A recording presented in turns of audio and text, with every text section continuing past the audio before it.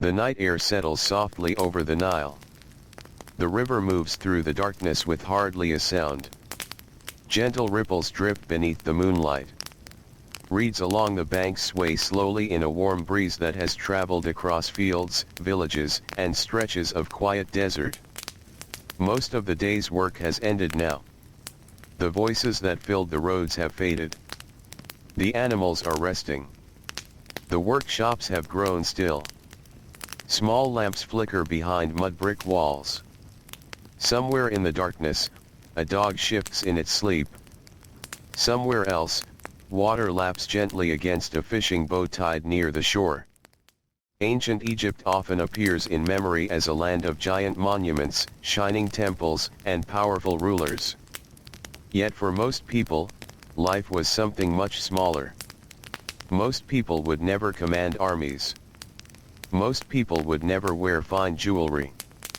Most people would never enter grand halls filled with painted columns. Instead, they lived ordinary lives shaped by work, family, duty, and long routines that repeated day after day beneath the Egyptian sun. And for children growing up in this world, life was rarely centered around happiness in the way many people imagine childhood today. Joy certainly existed. There were games. There were songs. There were family gatherings. There were moments beside the river when children laughed and splashed in the water. But joy was not the main purpose of childhood. Obedience was. From a very young age, children learned that their place in the world depended upon listening carefully, respecting authority, and accepting responsibilities without complaint. The lessons began almost as soon as memory itself. A small child might wake before sunrise. The air would still be cool. Darkness might linger inside the family home. Mud brick walls surrounded a simple living space. Reed mats covered parts of the floor. Storage jars stood against the walls. Baskets held grain or vegetables. A few pieces of furniture occupied corners where space allowed. Many families slept close together. Privacy was rare. Children often grew up surrounded by siblings, parents, grandparents, and other relatives. The household itself became a classroom. Every action carried a lesson. A child watched how adults moved through the day. A child observed who spoke first, who remained silent, who gave orders, who obeyed them. Long before reading or writing entered the picture, children absorbed these patterns naturally. The morning began early because the heat would soon arrive. Before the sun rose high into the sky, bread needed to be baked. Animals needed attention. Fields required labor. Water needed carrying. Every pair of hands mattered. Even small children could help with simple tasks. Perhaps they gathered kindling. Perhaps they carried small containers. Perhaps they helped sweep dusty floors. No one expected perfection.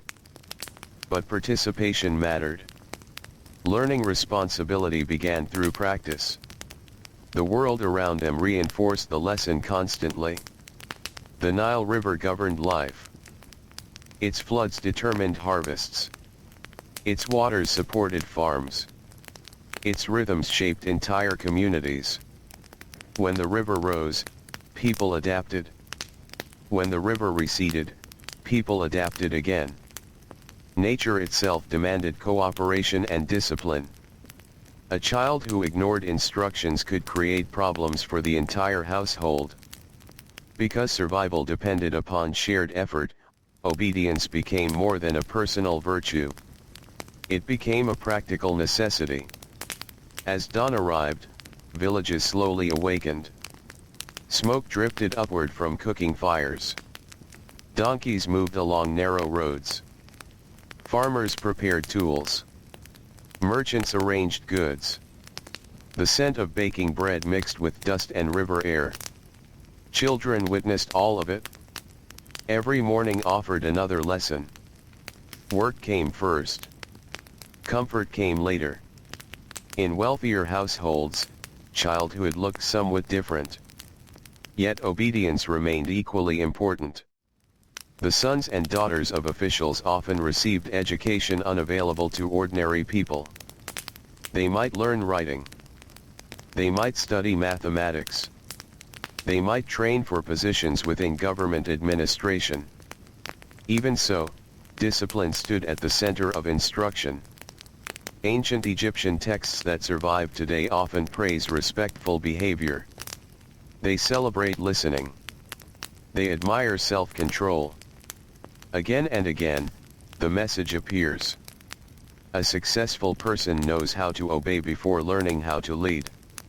Teachers repeated these ideas. Parents repeated them. Scribes copied them. The words traveled across generations.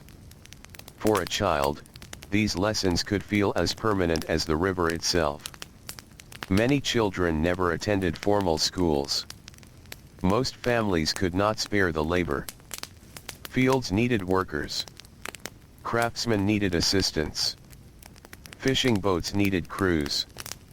Skills were usually passed directly from adults to children. A farmer's son often learned farming. A potter's daughter often learned pottery. A fisherman's child learned the river. Knowledge moved through observation. Children watched. They listened. Then they practiced. Mistakes brought correction. Sometimes correction was gentle. Sometimes it was not. Ancient societies generally viewed strict discipline as necessary preparation for adulthood. The expectation rarely faced serious challenge. Adults believed hardship built character. Adults believed obedience protected families. Adults believed authority maintained order. As a result, many children grew up under careful supervision. Their freedom was limited. Their responsibilities increased steadily with age. The seasons continued to turn.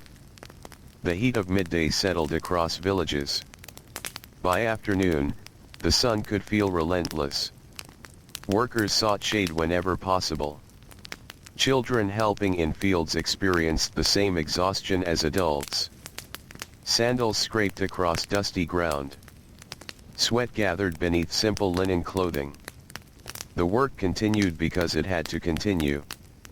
The harvest would not wait. The animals would not wait. The river would not wait. And so childhood gradually blended into labor. A young boy helping guide animals through irrigation channels might feel proud of his growing abilities. A young girl learning food preparation might gain confidence each day. Yet these accomplishments existed alongside expectations. Every new skill brought new duties. Every duty carried obligations. As evening approached, relief finally arrived. The sunlight softened. Shadows lengthened. Temperatures slowly eased. People returned home. The roads filled with tired workers. Dust clung to feet and clothing. Conversations became quieter.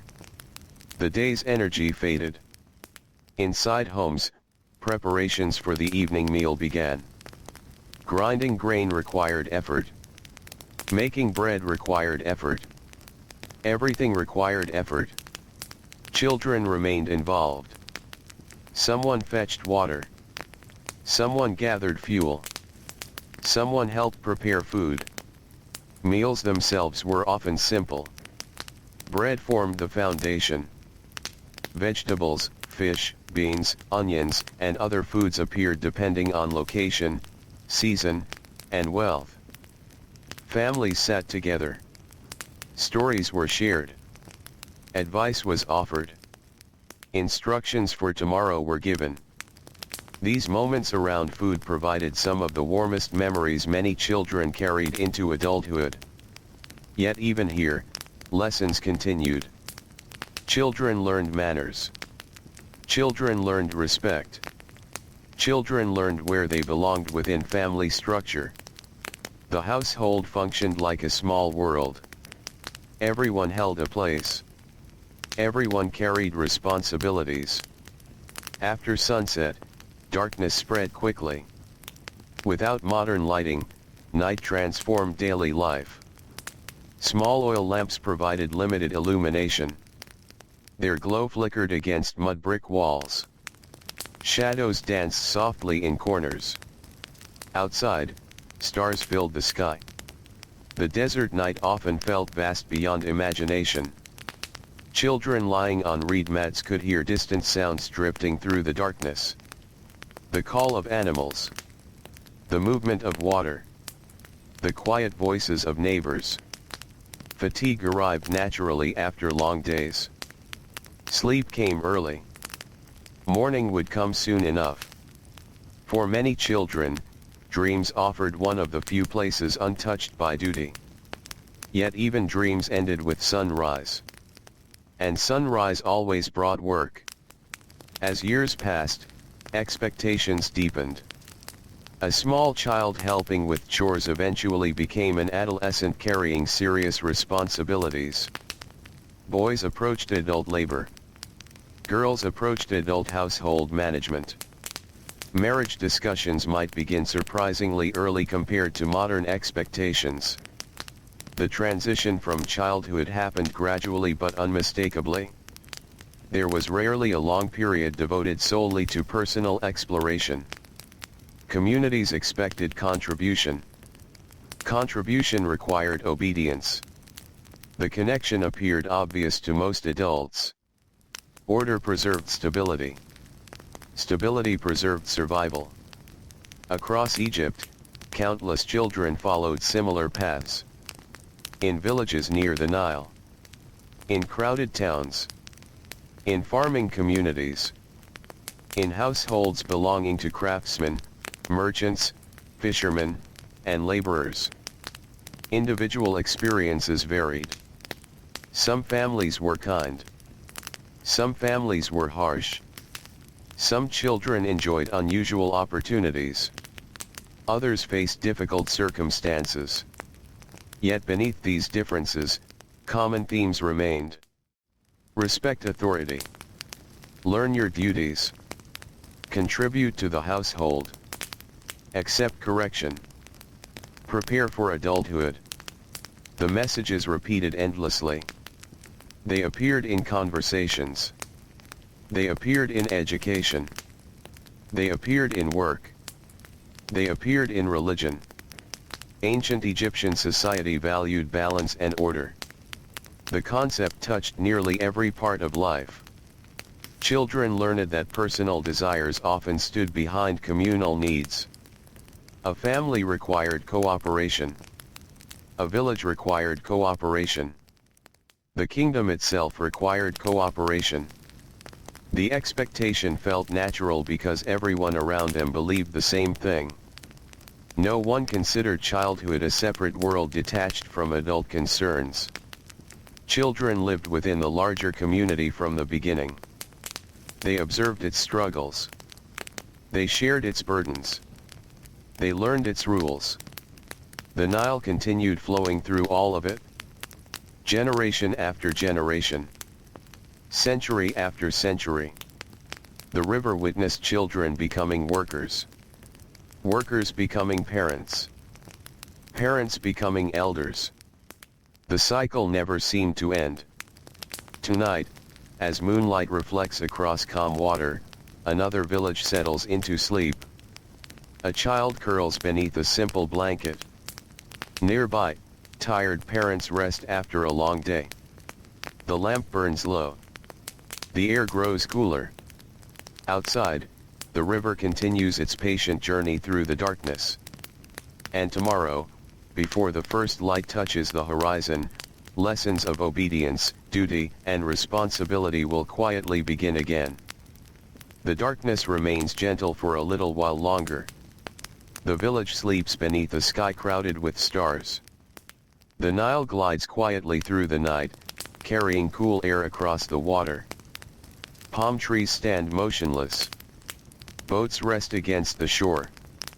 The sounds of the previous day have faded completely now, replaced by the soft stillness that comes before dawn. Inside a modest mud-brick home, a child shifts slightly on a woven reed mat. The room is simple. A few baskets sit against one wall. Clay jars stand nearby. A small oil lamp, nearly burned out, gives off a faint glow. Family members sleep close together. There is comfort in that closeness. The world outside may be vast, but within these walls there is familiarity. Soon enough, the first signs of morning will arrive. Long before the sun appears, adults begin waking. For many children, this becomes one of the earliest memories repeated throughout life. The feeling of waking while the sky is still dark. The quiet sounds of movement nearby. The rustle of linen clothing. The faint crackle of a cooking fire being prepared. The day starts because it must. Fields cannot wait. Animals cannot wait. Bread cannot wait. The rhythm has existed for generations. A young child watches these routines every day. At first, they simply observe. They notice how their mother kneads dough before sunrise. They notice how their father prepares tools. They notice older siblings already carrying responsibilities. Watching becomes learning. Learning becomes expectation. Before long, the child begins helping. No formal announcement marks this change. It happens naturally. One morning they carry a small basket. Another morning they fetch water. A few days later they assist with grain. Small tasks slowly become normal parts of life. The adults rarely explain every lesson directly. Children learn by doing. If something is done incorrectly, correction follows. Sometimes a simple instruction is enough. Sometimes a stern look communicates everything. Ancient households often operated with clear authority. Parents expected obedience because they believed it protected the family. A child who learned discipline early would become a reliable adult later. At least, that was the hope. The warm colors of dawn slowly spread across the horizon. The Nile begins to shine. Birds appear along the riverbanks. The village awakens fully now. Doors open. Voices emerge. Donkeys move along dusty paths. A fisherman prepares his small boat. A merchant arranges goods. A potter examines yesterday's work. Everywhere, labor begins. Children witness this enormous machine of daily life turning once more. There are few moments when they are not surrounded by examples of responsibility. Even play often takes place near work. A group of children may gather near a workshop while adults shape wood or carve stone. They laugh together. They invent games. They chase one another through narrow streets. Yet the boundary between recreation and duty remains thin. If an adult calls for assistance, play ends immediately. The expectation is understood without argument. Many ancient Egyptian texts reveal how highly listening was valued. Instructions passed from elders to younger generations again and again. A good son listened. A good daughter listened. A respectful child listened. The idea appears so often because it sat at the center of social life. Listening meant learning. Learning meant survival. A family depended upon knowledge accumulated over many years. Fields needed proper care. Food required preparation. Animals required attention. Crafts demanded skill. Children represented the future continuation of all these tasks. The adults around them understood this deeply. As the morning grows brighter, farmers move toward the fields. Along irrigation channels, water reflects the rising sun. The earth near the river is dark and fertile. Beyond it, the desert stretches outward in quiet contrast. Life clings closely to the Nile. Children walking with their families may already know this truth instinctively. Everything depends on the river. The crops, the food, the trade, the jobs, the homes. The river shapes the calendar itself. Its seasonal flooding creates the conditions that allow communities to flourish. Because of this dependence, agricultural work holds enormous importance. Many children spend large portions of their lives connected to farming. The work is repetitive. The work is physical.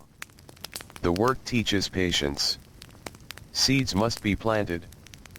Fields must be maintained. Harvests must be gathered. Results arrive slowly. A child learns that effort today may not show rewards for many months. This lesson settles deeply into everyday thinking. Life often feels like preparation for future responsibilities.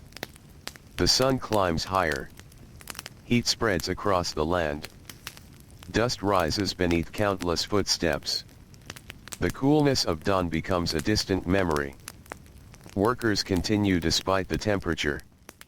Children helping alongside adults experience the same conditions. Sweat gathers on skin. Hands become rough. Feet grow accustomed to long walks. The body adapts gradually. Many adults see this adaptation as necessary. Strength develops through labor. Discipline develops through labor. Obedience develops through labor. The connection seems obvious from their perspective. A child who learns endurance early will manage future challenges more effectively. Not every child works in fields. Some grow up around workshops. The atmosphere there is different, yet many lessons remain the same. Imagine a crowded workshop near a busy street. The air smells of wood dust and clay. Tools hang from walls. Sunlight enters through open doorways. Artisans focus carefully on their tasks. A young apprentice watches closely. At first, they simply observe. Observation is considered valuable. There is wisdom in silence. The child studies movements. How a tool is held. How materials are prepared. How mistakes are avoided. Only after much observation does active participation increase. Again, patience appears. Again, obedience appears. A master craftsman expects instructions to be followed precisely. Small errors can ruin valuable materials. Attention matters. Respect matters. Listening matters. Throughout Egypt, similar scenes unfold each day. A fisherman teaches net repair. A baker teaches dough preparation. A scribe teaches writing. A builder teaches measurement. Knowledge passes steadily from one generation to the next. Most children never choose their path entirely for themselves. Their future often connects closely to family circumstances. This arrangement feels ordinary to those living within it. Few people imagine radically different possibilities. Life follows familiar channels much like the river itself. By midday, the heat becomes intense. Shade offers precious relief. Workers pause when possible. Some sit beneath trees. Others rest beside walls. Conversations grow quieter. Energy slows. The landscape seems wrapped in shimmering sunlight. Children feel the same fatigue as adults. Their responsibilities may be smaller, but they are real. Many learn early that tiredness is not always a reason to stop. The task still needs completion. The family still depends upon everyone's effort. These lessons become woven into daily existence. The afternoon drifts forward. Slowly. Patiently. The sun begins its gradual descent. Long shadows stretch across roads and fields. The worst of the heat finally eases. People resume movement with renewed energy. Some return from fields carrying tools. Others transport goods through village streets. The scent of food preparation begins appearing once again. Evening approaches. For children, this time often brings a subtle sense of comfort. The hardest work of the day may be ending. Families gather again. Voices fill homes. Meals are prepared. Stories emerge. The atmosphere softens. Yet instruction never fully disappears. An elder may offer advice while eating. A parent may discuss tomorrow's duties. A grandparent may share memories from years long past. These conversations carry weight. Children listen because listening has been taught since their earliest days. Much of ancient education happens in moments exactly like these. Not inside formal classrooms. Not through written lessons. But through ordinary conversations repeated across countless evenings. A father explains the importance of honesty in trade. A mother explains proper household responsibilities.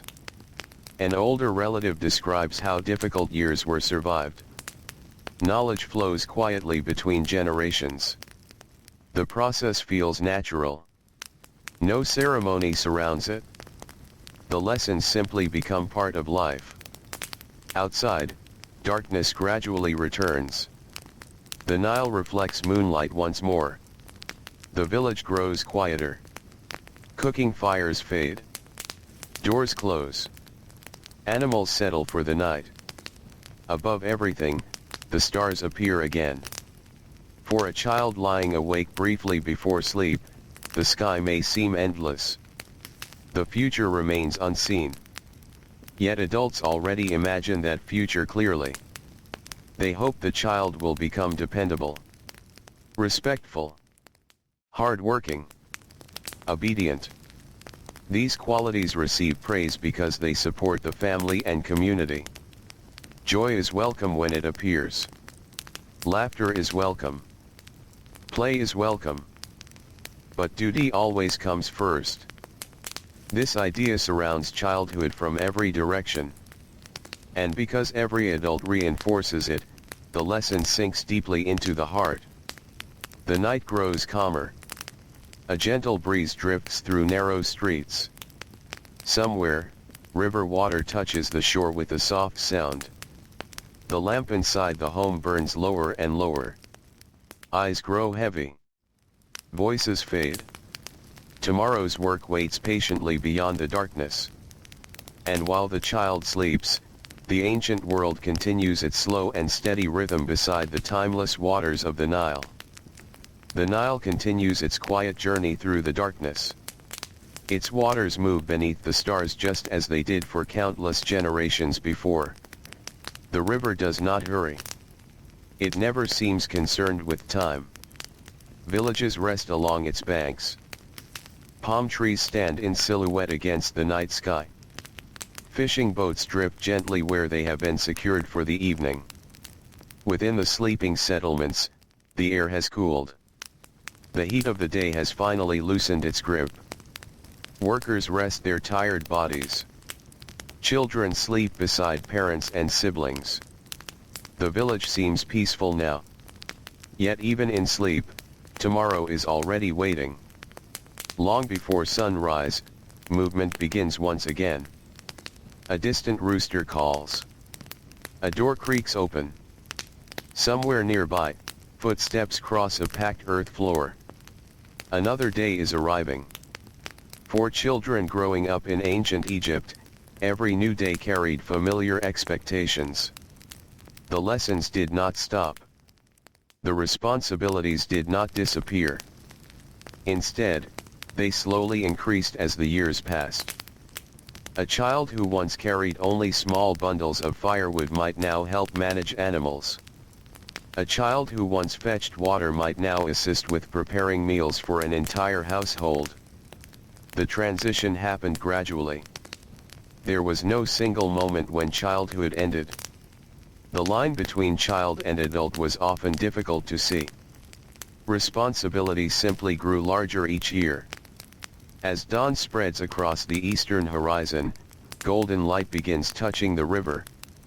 Mist lingers above the water. The first fishing boats leave the shore.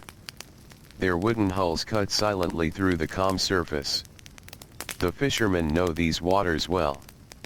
Many learned from their fathers. Their fathers learned from theirs. Children often join these routines at a young age. A small boy sitting in a fishing boat might spend hours simply watching. The river itself became his teacher. He learned where fish gathered. He learned how currents moved. He learned how weather affected the water. Most importantly, he learned patience. Fishing rarely rewarded impatience. The Nile moved according to its own rhythm. A child who grew frustrated quickly would struggle. The river encouraged calm observation. Many ancient occupations required similar qualities. Patience, attention, discipline, obedience. The same values appeared again and again. As sunlight strengthens, the villages fully awaken. The roads become busy. Merchants prepare goods for sale. Craftsmen open workshops. Farmers move toward fields. Children join these movements naturally. The village itself acts like a living organism. Every person contributes something. Every person occupies a place. Children understand this from an early age. No one explains it through long speeches. The evidence surrounds them every day. If one person neglects their responsibilities, others must work harder. The connection feels obvious. Because of this, many adults viewed strict upbringing as kindness rather than cruelty.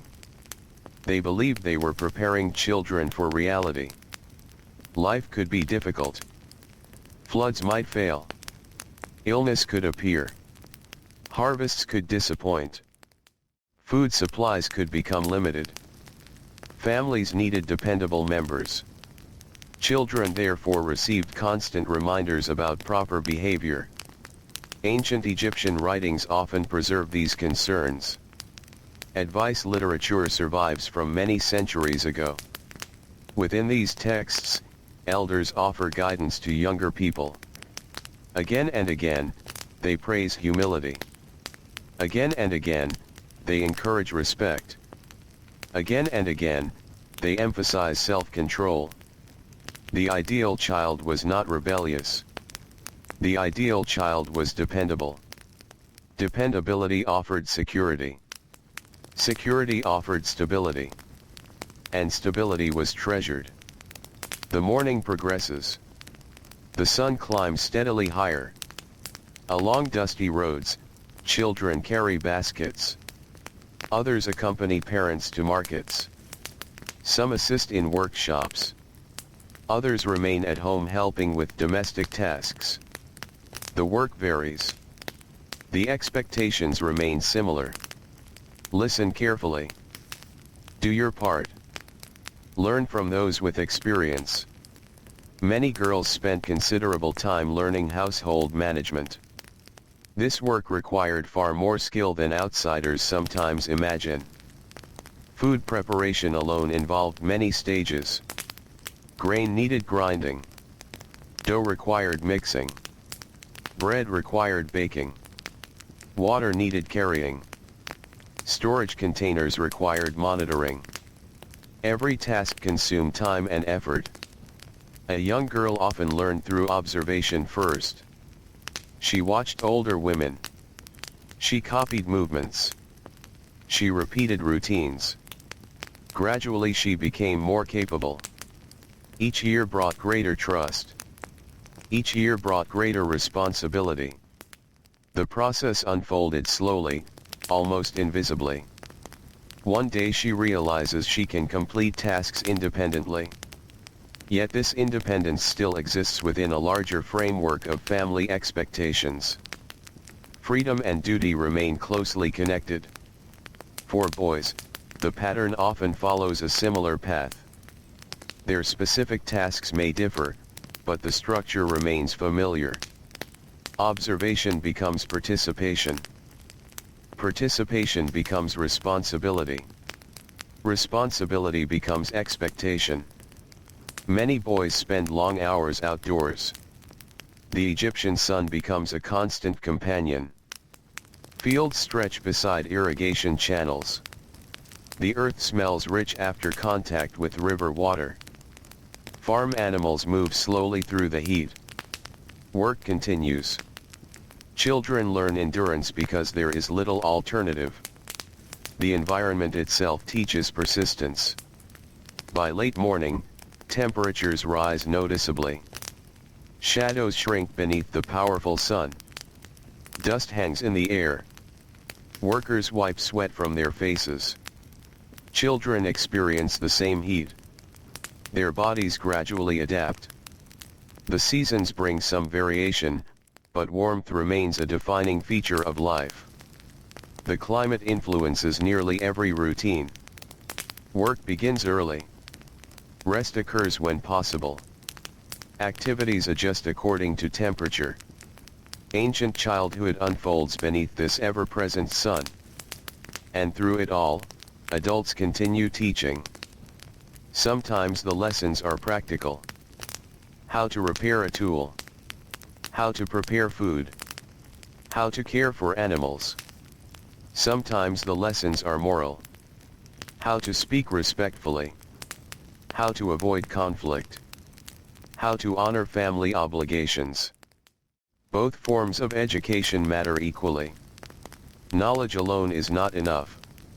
Character matters too. At least according to the values of the time. Near midday, activity slows slightly. The heat encourages caution. People seek shade wherever it can be found. Beneath trees. Beside walls. Inside cool interiors. Even brief moments of rest feel valuable. Children sit quietly. Adults exchange conversations. Water is shared. Food is eaten. The pace of life softens for a little while. These pauses create opportunities for storytelling. Ancient Egypt possessed a rich tradition of stories and wisdom passed orally between generations. A child listening during these quiet moments absorbs more than entertainment. Stories carry lessons. Characters model behavior. Consequences illustrate choices. The listener learns without realizing how much is being taught. Some stories speak of cleverness. Others speak of loyalty. Others celebrate wisdom gained through patience and humility. The themes often reflect broader social values. Respect remains important. Duty remains important. Order remains important. As afternoon arrives, work resumes. The village becomes active once more. Tools strike wood. Potters shape clay. Merchants negotiate exchanges. The sounds blend together into the familiar music of daily life. Children move through this world constantly. They are rarely separated from adult activities. Instead, they participate alongside them. This closeness means children witness realities that modern people might consider burdensome. They see exhaustion. They see illness. They see aging. They see financial hardship. Life's difficulties remain visible. Because of this, many children mature quickly. They understand from an early age that survival requires effort. As the sun begins lowering toward the western horizon, golden light spreads across the land. The harsh brightness of midday softens. Palm trees cast long shadows. The Nile glows warmly beneath the evening sky. A sense of relief settles over workers. The most demanding hours have passed. Children feel it too. Their bodies grow tired. Their minds grow quieter. Home begins calling everyone back. Roads fill with returning families.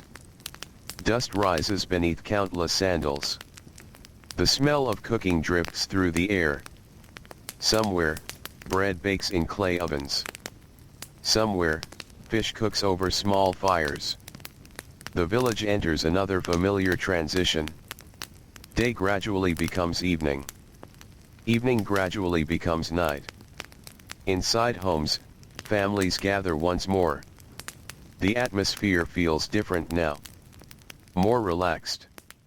More intimate. Work may still continue, but its urgency fades. Children sit beside parents. Older relatives share memories. Advice passes naturally from one generation to the next. A grandfather describes floods from decades earlier. A grandmother recalls childhood experiences from her own youth. The stories create continuity. Children begin understanding themselves as part of something larger. A family line. A community. A tradition. The individual matters. But the group matters too. This belief influences nearly every aspect of upbringing. Obedience is not simply about following orders. It is about preserving harmony. At least that is how many people understand it. A respectful child strengthens the household. A dependable child strengthens the community. The idea feels deeply rooted. Outside, darkness returns slowly. The first stars appear. The temperature becomes comfortable again. A soft breeze travels from the river. The sounds of the village diminish one by one. Doors close. Conversations fade. Animals settle down. The world grows quieter. Children prepare for sleep. Their bodies are tired from another long day. Their minds carry countless small lessons gathered from ordinary experiences. Most of these lessons arrive without formal instruction. They emerge naturally from daily life. From watching. From helping. From listening. From obeying. The lamp burns softly in the corner. Shadows move gently across the walls. Parents speak quietly nearby. The child feels safe within the familiar rhythm of the household. Tomorrow will look much like today. And the day after that may look similar as well. The routines continue. The expectations continue. The lessons continue. Beyond the walls, the Nile flows patiently beneath the moonlight, carrying its waters through the sleeping land, while another generation of children drifts into dreams beside the timeless river. The moon hangs quietly above the Nile. Its pale reflection stretches across the dark water like a silver path that disappears into the distance. The river moves with steady patience. It has seen countless seasons. It has watched villages rise and change. It has carried boats, fishermen, merchants, and farmers through generations too numerous to remember. Tonight, as another village sleeps beside its banks, a warm breeze drifts through narrow streets. The air smells faintly of river reeds, dry earth, and cooling stone. Most homes have gone dark. Only a few small lamps remain visible. Inside one modest house, a family rests together after a long day. The children are asleep. Their breathing is slow. Their hands, still small, already carry signs of daily work. A little dust remains on their feet. A few scratches mark their arms. Nothing unusual. Such things are part of growing up. In ancient Egypt, childhood was rarely separated from the responsibilities of ordinary life. Children were not expected to spend many years sheltered from the realities around them. Instead, they gradually entered the world of adults. Each season brought them closer. Each task prepared them. Each lesson shaped them. The process happened so naturally that few people questioned it. Outside, the stars continue shining. The night feels peaceful now. Yet before long, another morning will arrive. and with it, another day of expectations. The first signs of dawn appear quietly. The eastern horizon becomes slightly lighter. Birds begin stirring among the trees. The coolness of night still lingers. For a short time, the world feels calm and gentle. Then movement begins. A door opens. A cooking fire is prepared. Water is poured from a clay jar. The household awakens. Children often learned responsibility through repetition. The same chores returned again and again. At first glance, such routines might seem dull. Yet repetition served an important purpose. Through repetition, skills became habits. Through habits, children became dependable. A young girl helping prepare bread would repeat the same actions many times. She would watch flour being mixed. She would learn the feel of dough beneath her hands. She would observe how heat affected baking. At first, mistakes happened frequently. The dough might become too dry. The fire might grow too hot. The timing might be wrong. But with practice came improvement.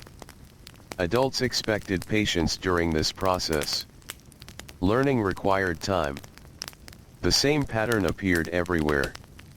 A boy helping repair fishing nets learned one knot at a time. An apprentice in a workshop learned one tool at a time. A child helping in the fields learned one task at a time. No one expected mastery overnight. Yet effort was expected. Attention was expected. Obedience was expected. As the sun rises higher, life spreads across the village. Women carry baskets through narrow roads. Men head toward fields and workshops. Children accompany them. The sounds of daily activity gradually fill the air. Footsteps. Voices. Animals. Tools. The village awakens fully. Some children are fortunate enough to receive education from scribes. These children experience a different kind of discipline. Instead of spending entire days in fields or workshops, they spend time learning written language. Writing in ancient Egypt was a respected skill. Scribes occupied important positions within society. They recorded taxes. They maintained records. They copied religious texts. They managed information that helped keep the kingdom functioning. For many families, having a child become a scribe represented a valuable opportunity. Yet the path was not easy. Writing required patience. The Egyptian writing system contained many symbols. Learning them demanded years of effort. Young students spent long hours practicing. They copied signs repeatedly. They memorized instructions. They listened carefully to teachers.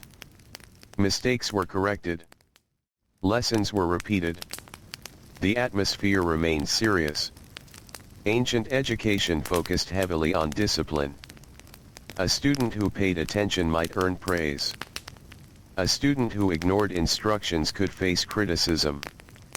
The goal was not entertainment. The goal was competence. Knowledge was considered valuable because it served practical purposes. Even children fortunate enough to receive education often encountered the same message heard throughout society. Respect authority. Work diligently. Control yourself.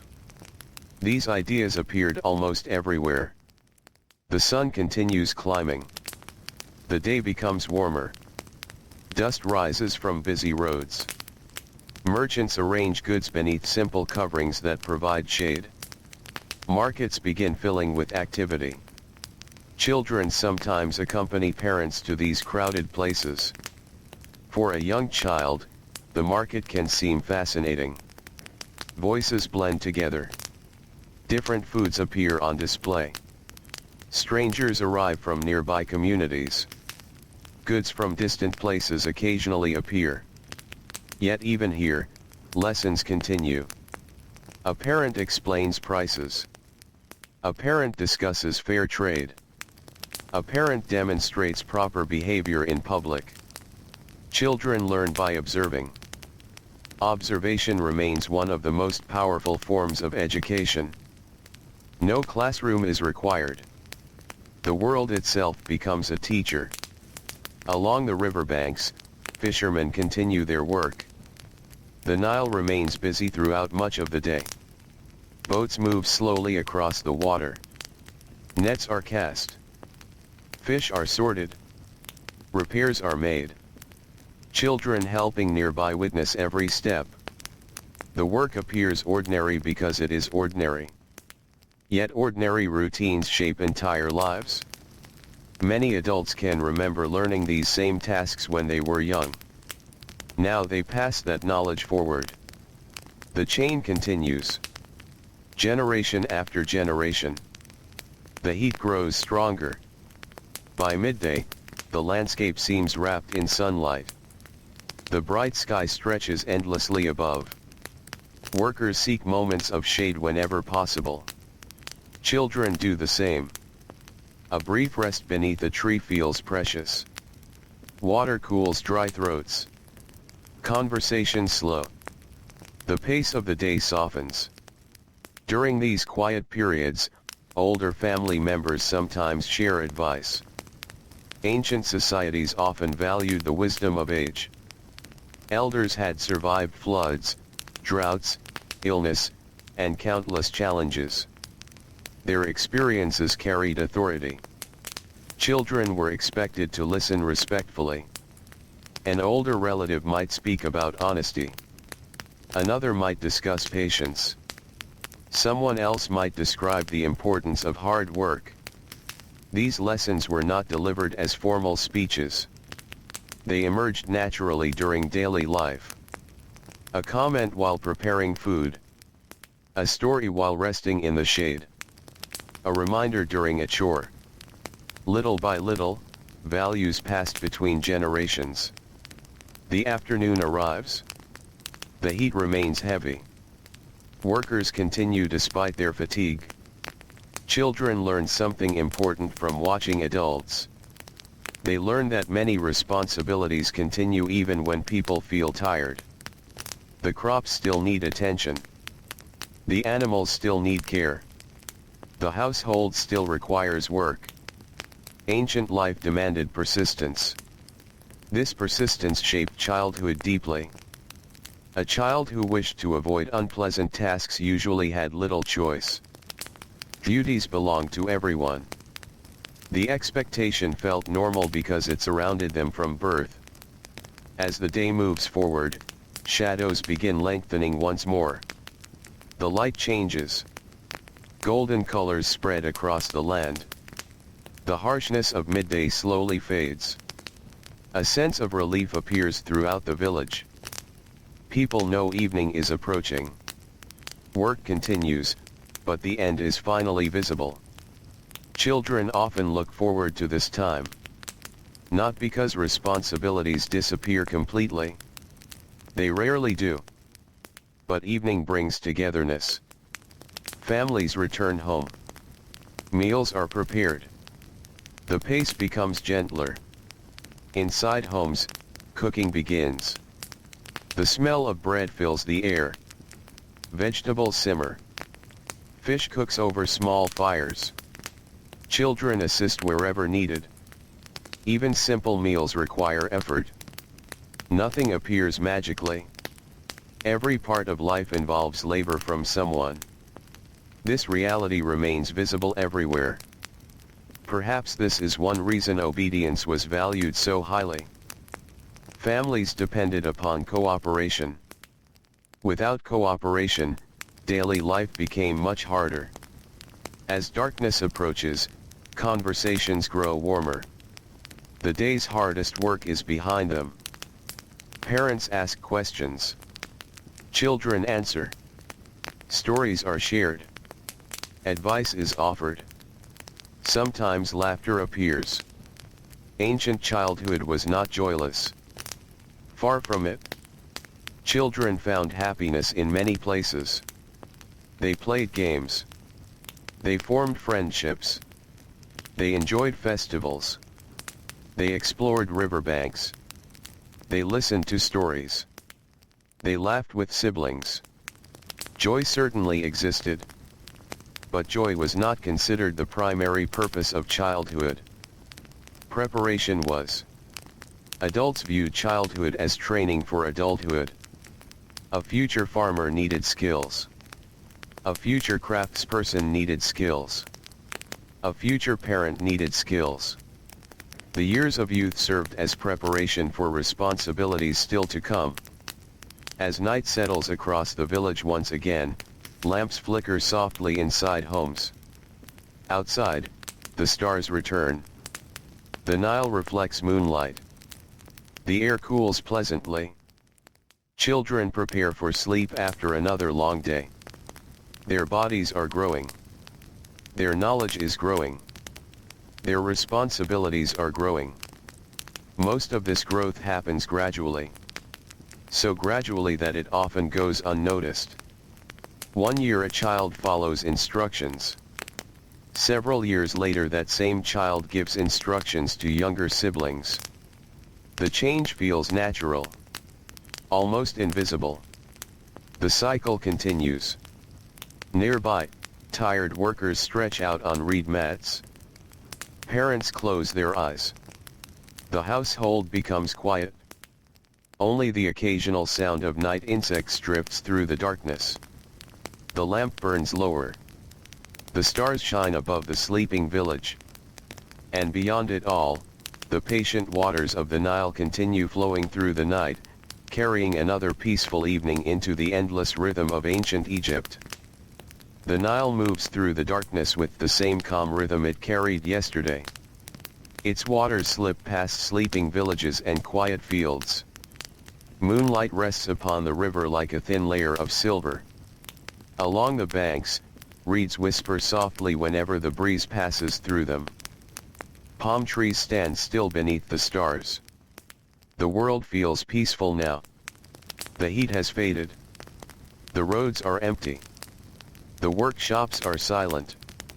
Only the river continues its patient journey.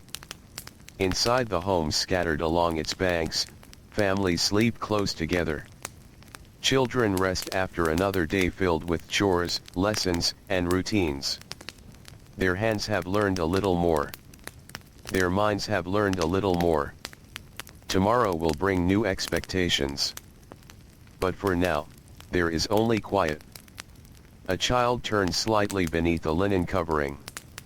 Nearby, a parent sleeps deeply after long hours of labor. The small oil lamp has almost gone out. Its final glow flickers gently against the mud-brick walls. Soon darkness fills the room completely. Outside, the stars remain bright. Ancient Egypt knew these stars well. Without city lights, the night sky appeared vast beyond imagination.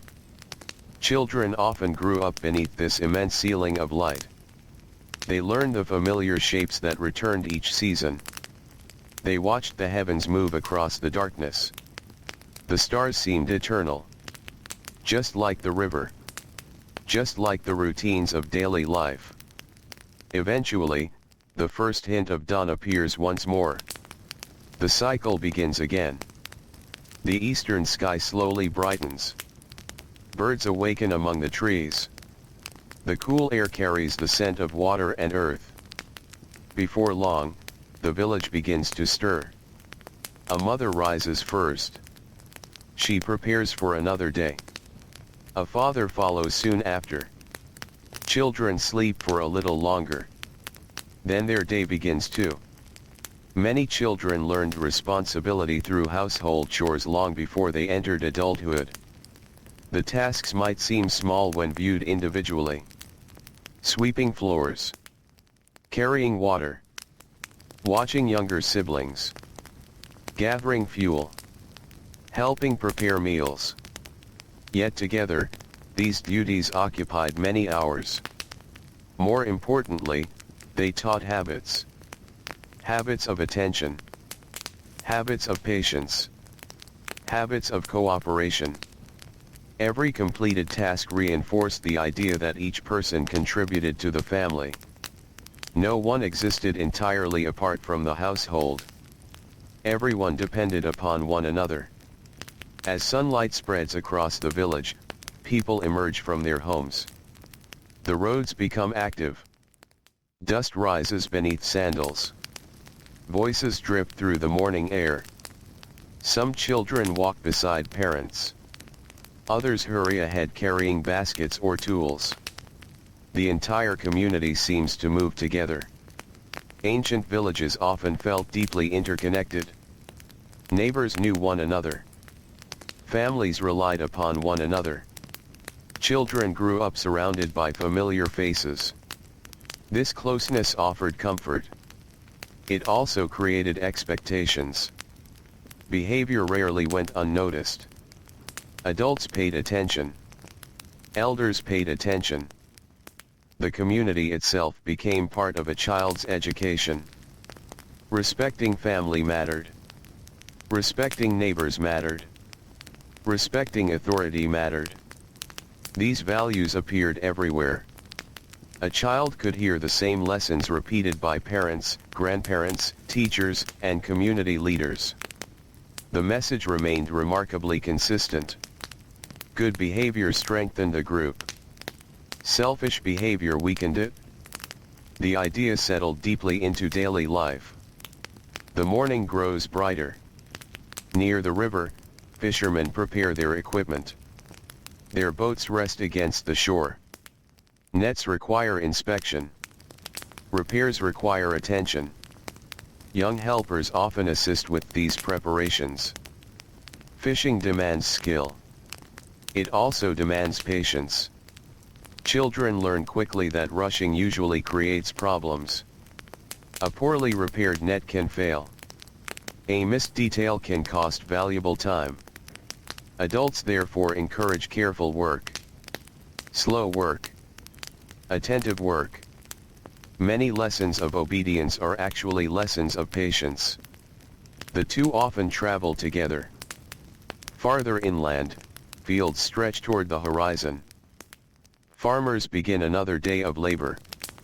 The fertile soil near the Nile supports crops that sustain entire communities. Growing food requires constant effort. Water must be directed properly. Plants must be monitored. Harvests must be gathered at the right moment. Children helping in agriculture encounter responsibilities that change with the seasons. During planting periods, the work feels different. During harvest periods, the pace intensifies. The year itself becomes a teacher. Each season brings its own expectations. Each season teaches new lessons. As children grow older, they become increasingly familiar with these patterns. They know when floods are expected. They know when fields require attention. They know when extra labor will be needed. The rhythm becomes part of who they are. Meanwhile, in towns and larger settlements, other children spend their days among craftsmen and merchants. The atmosphere differs from the fields. The air smells of clay, wood, metal, and cooking fires. Workshops line busy streets. Tools hang from walls. Materials wait to be shaped into useful objects. A young apprentice enters this world gradually. At first, observation remains the primary responsibility. Watch carefully. Listen carefully. Learn carefully. The child studies experienced workers.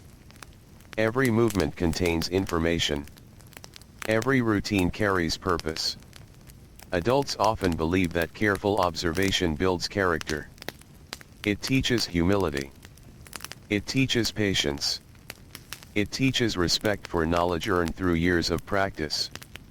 Eventually, participation increases. A child begins helping with simple tasks. Then more complex ones. Then more demanding ones. Responsibility expands little by little. The process feels natural because it unfolds slowly. No sudden transformation occurs. The child simply becomes more capable over time. By midday, the familiar heat settles across the land. The sun shines intensely overhead. Roads shimmer beneath its light. Workers search for shade whenever possible. Children welcome these moments of rest. A cool drink of water feels precious. A patch of shade feels luxurious. The pace slows. Conversations become quieter. Fatigue settles gently upon the village. This daily encounter with exhaustion shapes childhood as well. Children learn that work can be tiring. They learn that responsibilities do not always feel pleasant. They learn that effort often continues despite discomfort. These lessons become ordinary parts of life. No special ceremony marks their arrival. The reality of daily labor teaches them naturally. Nearby, an elder sits beneath a tree. A few children gather close enough to listen. Stories begin. The elder speaks slowly. Perhaps the story describes a clever official. Perhaps it tells of a wise farmer. Perhaps it recounts an event from long ago. The exact details matter less than the lessons hidden within them. Stories serve many purposes. They entertain. They preserve memory. They transmit values. Children listening quietly absorb all three. The words settle into their minds. Years later, they may repeat the same stories to another generation. The afternoon drifts forward. The heat gradually softens. Long shadows begin appearing across roads and courtyards. Workers continue their tasks. Children continue helping. The day moves steadily toward evening. At times like this, friendships often become especially important. Children throughout ancient Egypt formed close bonds with one another. They worked together. They played together. They grew up together. Shared responsibilities created strong connections. A group of children carrying water might laugh during the journey. Young helpers in a workshop might exchange stories while completing tasks.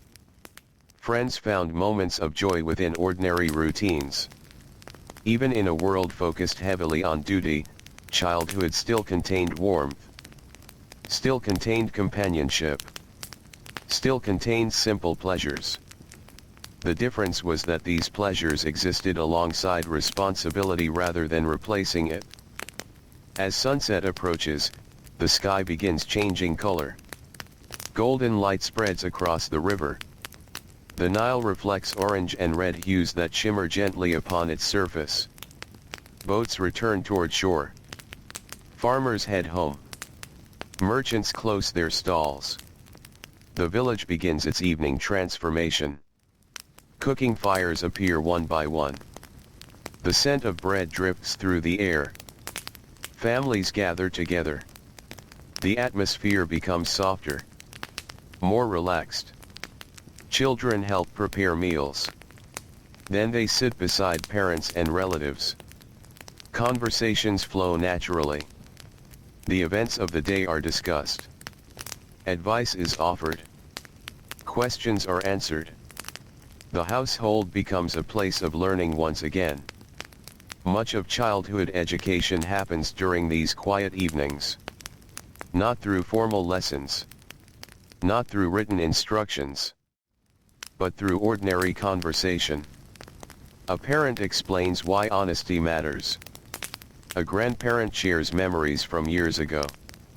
An older sibling demonstrates a useful skill. Knowledge moves gently between generations. Night arrives slowly. The stars return overhead. The temperature becomes pleasant. A breeze drifts from the river. The sounds of the village begin fading away. Children grow sleepy. The long day has left them tired. Their eyes become heavy. Their thoughts grow quiet. Another day has added new lessons. New responsibilities. New experiences. And while those lessons may seem small, they are steadily shaping the adults these children will eventually become. The lamp burns softly beside the family. Its light flickers against the walls. Outside, the Nile continues flowing through the darkness. Patient, steady, unchanging. And beneath the endless stars of ancient Egypt, another peaceful night settles gently over the sleeping world. The night settles gently across the Nile Valley. Far above the sleeping land, countless stars shine with a quiet steadiness. Their reflections tremble softly upon the surface of the river. The water continues moving through the darkness, flowing past villages, farms, temples, and stretches of silent shoreline. The world feels smaller at night. The noise of labor has disappeared. The voices from the marketplace are gone. The sounds of hammers and tools have faded into memory. Only the occasional bark of a dog or the distant call of a night bird interrupts the stillness. Inside a modest home near the river, a family sleeps. The room is simple. Clay jars stand along one wall. A few baskets rest nearby.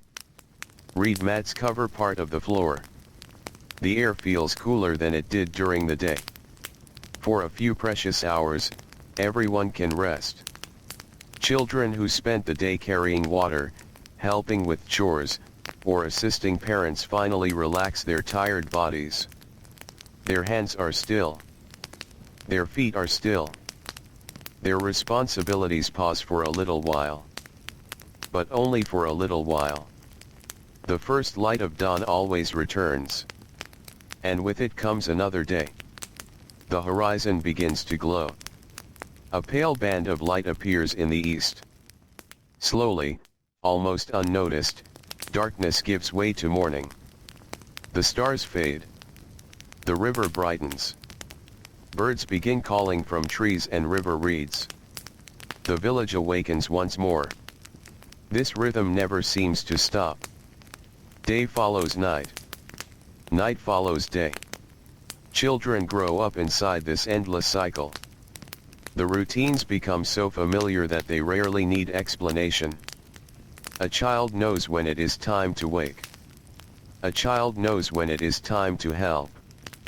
A child knows when work must be done. These expectations settle into daily life like the rising and setting of the sun. Many ancient Egyptian children lived in households where several generations shared the same space. Grandparents, parents, children, and sometimes other relatives lived close together. This arrangement created a constant flow of knowledge. An older family member might spend the morning teaching a skill. A parent might offer instructions during chores. A grandparent might share wisdom during the evening meal. Education happened everywhere. It happened while grinding grain. It happened while repairing tools. It happened while walking beside the river. There was rarely a clear separation between learning and living.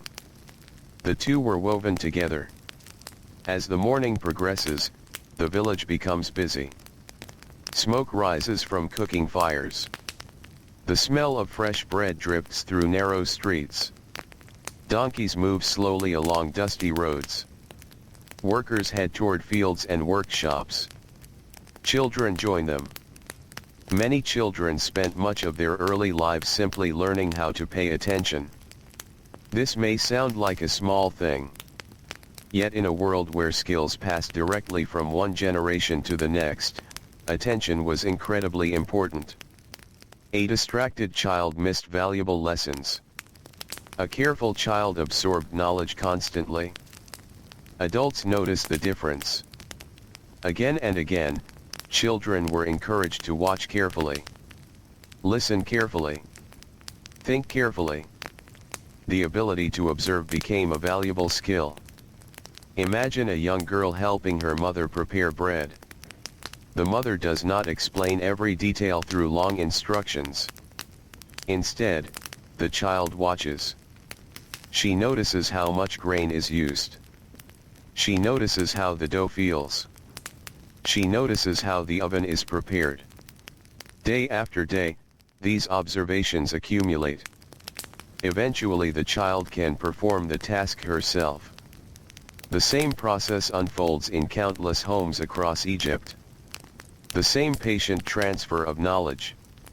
The same steady rhythm of learning. For boys helping fathers in fields, workshops, or fishing boats, the experience often feels similar. Watch first. Practice later. Mastery comes slowly. No one expects perfection immediately. But effort is expected. Persistence is expected. Respect is expected. These values remain constant companions throughout childhood. The sun climbs higher. The air grows warmer. The bright Egyptian sky stretches endlessly above. Along the riverbanks, fishermen pull nets from the water. Farmers work among crops nourished by the Nile. Builders shape stone. Craftsmen shape wood and clay. Everywhere, people are working. Children grow up surrounded by examples of labor. Work is not viewed as unusual. It is viewed as normal. Necessary. Expected. Many children probably imagined adulthood not as something distant but as something gradually approaching every day. They could see it happening around them. Older siblings took on greater responsibilities. Young adults married and formed households. Parents grew older. The cycle continued. Everyone seemed to be moving steadily forward along the same path. By midday, the heat becomes intense. Sunlight reflects from walls and roads. Shade becomes valuable. Workers pause when possible. Water jars are shared. The pace slows. Children often gather near adults during these quieter moments. Stories emerge naturally. Ancient Egypt loved stories. Some stories involved clever officials. Some involved hard-working farmers. Some involved the gods. Others described ordinary people facing ordinary challenges. Children listened closely. Stories offered entertainment, but they also offered instruction. A wise character might be rewarded. A careless character might face difficulties. A patient character might succeed. The lessons were subtle. Yet they reinforced the values children heard elsewhere. The message appeared again and again. Good judgment matters. Respect matters. Responsibility matters. As afternoon arrives, work resumes. The village becomes active once more. Children return to their tasks. Perhaps they are helping care for animals. Perhaps they are carrying supplies. Perhaps they are assisting with food preparation. The exact duties vary. The larger pattern remains the same. Childhood is preparation. Preparation for adulthood. Preparation for responsibility. Preparation for contributing to the household. Many modern people imagine childhood as a time centered primarily around personal happiness. Ancient Egyptians certainly wanted children to be healthy and cared for. Families loved their children deeply. Evidence of affection appears throughout Egyptian history. Parents worried about children. Parents protected children. Parents mourned children when illness struck. The emotional bonds were real and powerful. Yet love and discipline existed together. A parent could be deeply caring while still expecting strict obedience. To many ancient families, the two ideas were not contradictory. Teaching responsibility was considered an act of care. Preparing a child for adult life was considered important. The goal was not endless comfort. The goal was readiness. As the afternoon slowly fades, long shadows stretch across the landscape. Palm trees cast dark shapes over the ground. The Nile glows beneath the lowering sun. A cooler breeze begins to arrive. Workers feel relief. The hardest hours have passed. Children feel it too. The day starts loosening its grip. Boats return to shore.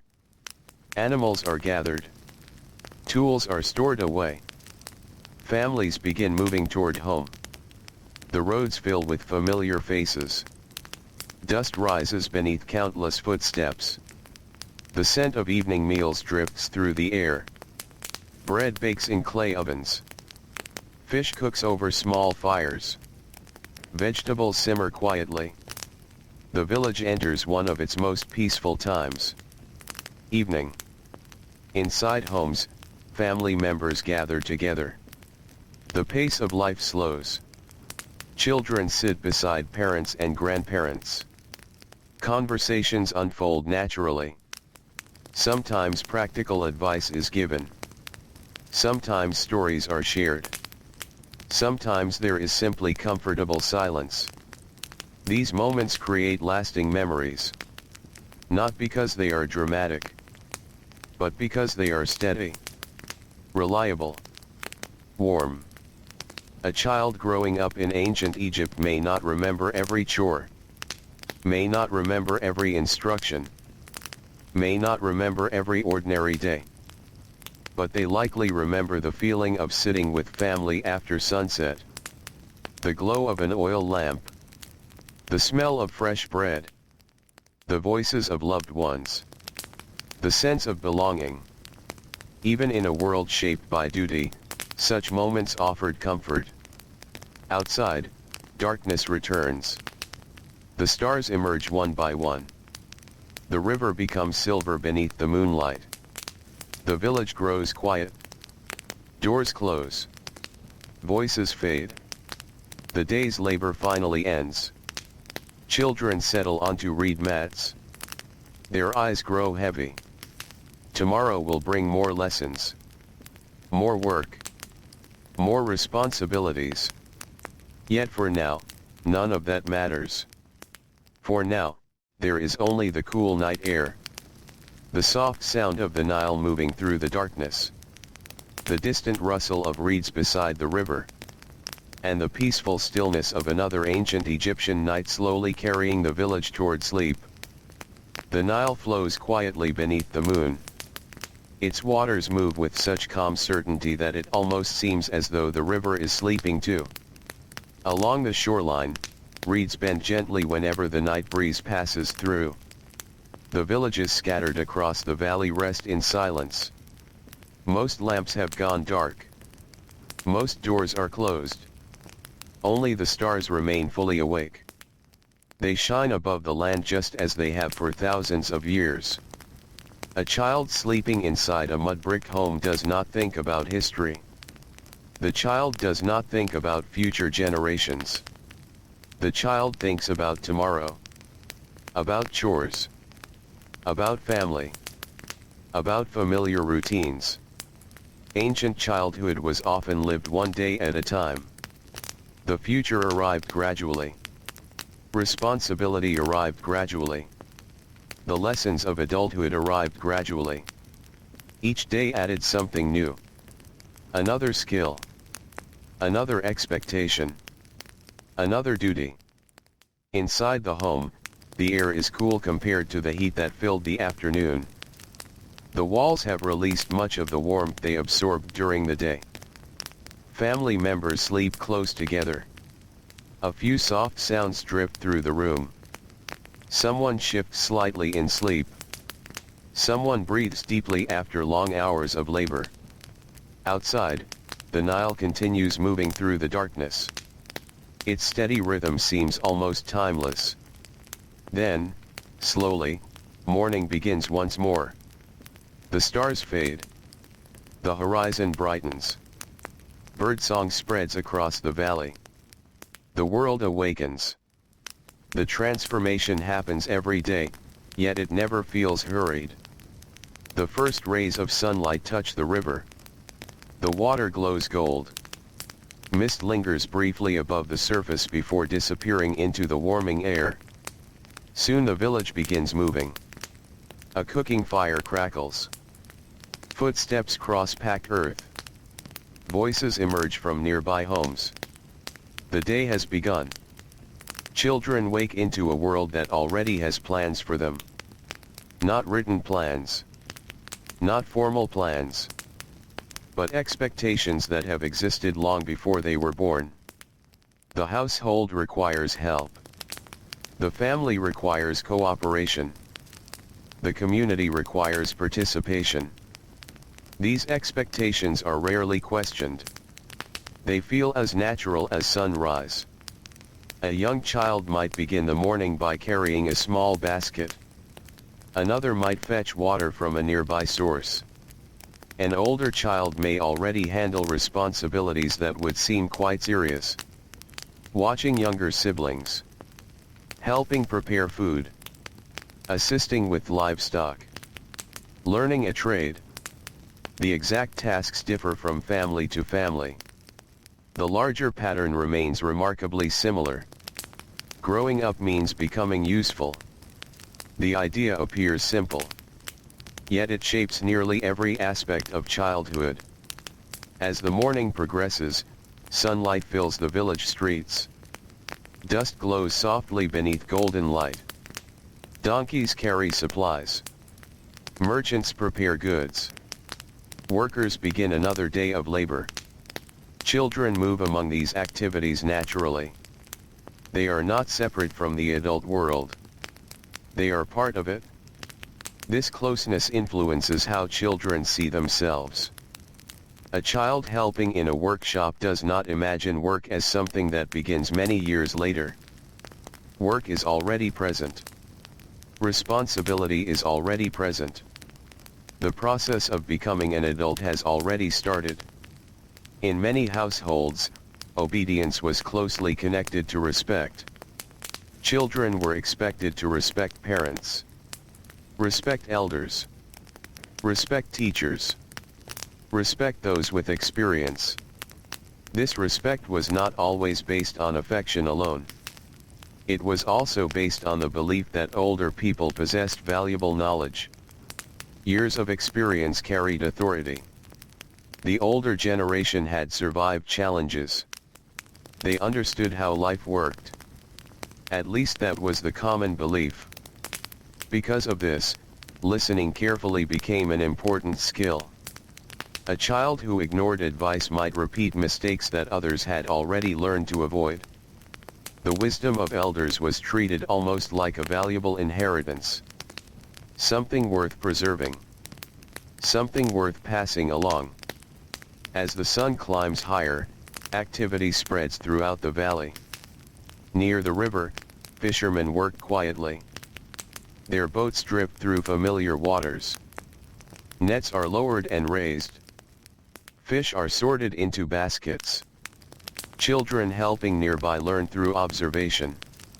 No long lecture is required. The lesson unfolds through practice. The child watches. The child assists. The child gradually understands. Many forms of education work this way.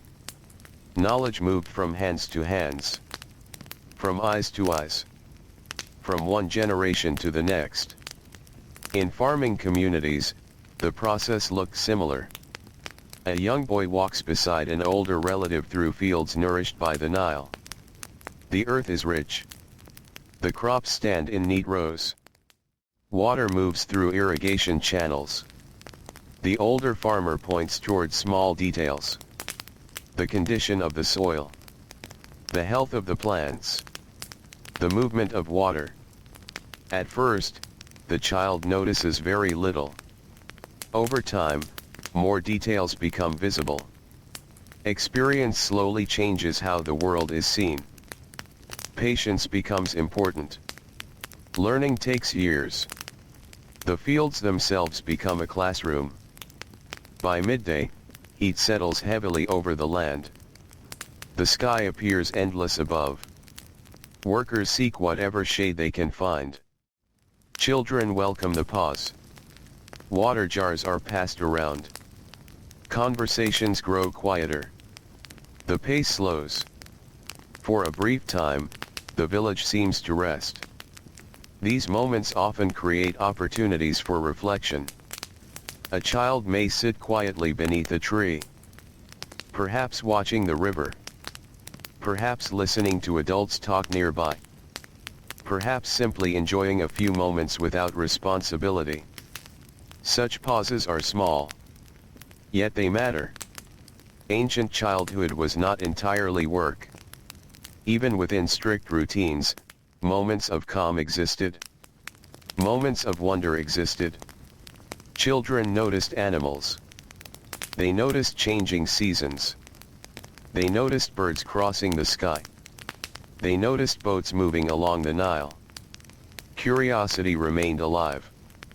The difference was that curiosity usually existed alongside obligation, not in place of it. The afternoon arrives. The sun remains bright. Work resumes. Workshops echo with activity. Tools strike wood. Clay is shaped. Materials are carried from place to place. Children continue learning through participation. One of the most important lessons many children absorbed was endurance. Not dramatic endurance. Not heroic endurance. Simple everyday endurance. The ability to continue. The ability to finish tasks. The ability to remain patient. Ancient life often required persistence. Food preparation required persistence. Farming required persistence. Craftsmanship required persistence. Family life required persistence. The lesson appeared everywhere. Continue working. Continue learning. Continue contributing. These ideas settled deeply into daily routines. As shadows lengthen, the atmosphere begins changing once again. The hottest hours pass. The air becomes more comfortable. People move with renewed energy. The village starts preparing for evening. Boats return toward shore. Farmers gather tools. Merchants close stalls. Children help finish the final tasks of the day. There is a sense of completion. Not because work has ended forever. Only because today's work is ending. Tomorrow will bring more. But tomorrow can wait. For now, evening approaches. Golden light spreads across the Nile. The river shines like polished metal. Palm trees sway gently. The sky fills with soft colors. Many children likely love this part of the day. The pressure of labor begins easing. Families gather again. Home feels near. The scent of cooking drifts through the air. Bread emerges from ovens. Vegetables are prepared. Fish is cleaned and cooked. The simple routines of the evening unfold with comforting familiarity. Inside homes, conversations begin. Children sit with parents and grandparents. Stories return. Advice returns. Questions are asked and answered. The household becomes a place of connection. Many important lessons are taught during these quiet evenings. Not through strict instruction. Not through punishment. Simply through shared life. A father explains why honesty matters. A mother demonstrates patience. A grandparent shares memories of difficult years. The child listens. The child learns. Sometimes without even realizing it. Night gradually settles over the valley. The first stars appear. The temperature cools. A breeze drifts across the river. The sounds of labor fade into silence. One by one, homes grow quiet. Families prepare for sleep. Children stretch out on reed mats. Their bodies feel pleasantly tired. The day's lessons settle gently in their minds. Outside, the Nile continues its endless journey through the darkness. The stars shine overhead. The reeds whisper softly in the night air. and another peaceful evening embraces the ancient world, where childhood moves steadily forward beneath the watchful rhythm of the river. The night deepens over the Nile Valley. Moonlight rests softly upon the water, turning the slow-moving river into a ribbon of silver that winds through the darkness. Along the shore, small boats rock almost imperceptibly against their moorings. The reeds sway gently. Somewhere in the distance, a night bird calls once and then falls silent again. The villages sleep. Mudbrick homes sit quietly beneath the stars. The workshops are dark. The marketplaces are empty. The fields rest beneath the cool night air. For a few precious hours, the demands of the day have faded. Children sleep beside parents, brothers, sisters, and grandparents. Their bodies are tired from work, play, learning, and movement. Their dreams drift through familiar landscapes. Riverbanks, palm trees, fields, boats, animals. The world they know is not large. Most children will spend their entire lives within a relatively small area. The river forms the center of everything. The village forms the center of daily life. The family forms the center of childhood. And within that family, obedience shapes nearly every lesson. Not because adults wished to remove happiness from life, but because they believed order made life possible. The stars slowly wheel overhead. Hours pass quietly. Then, as always, morning begins its slow return. The darkness softens.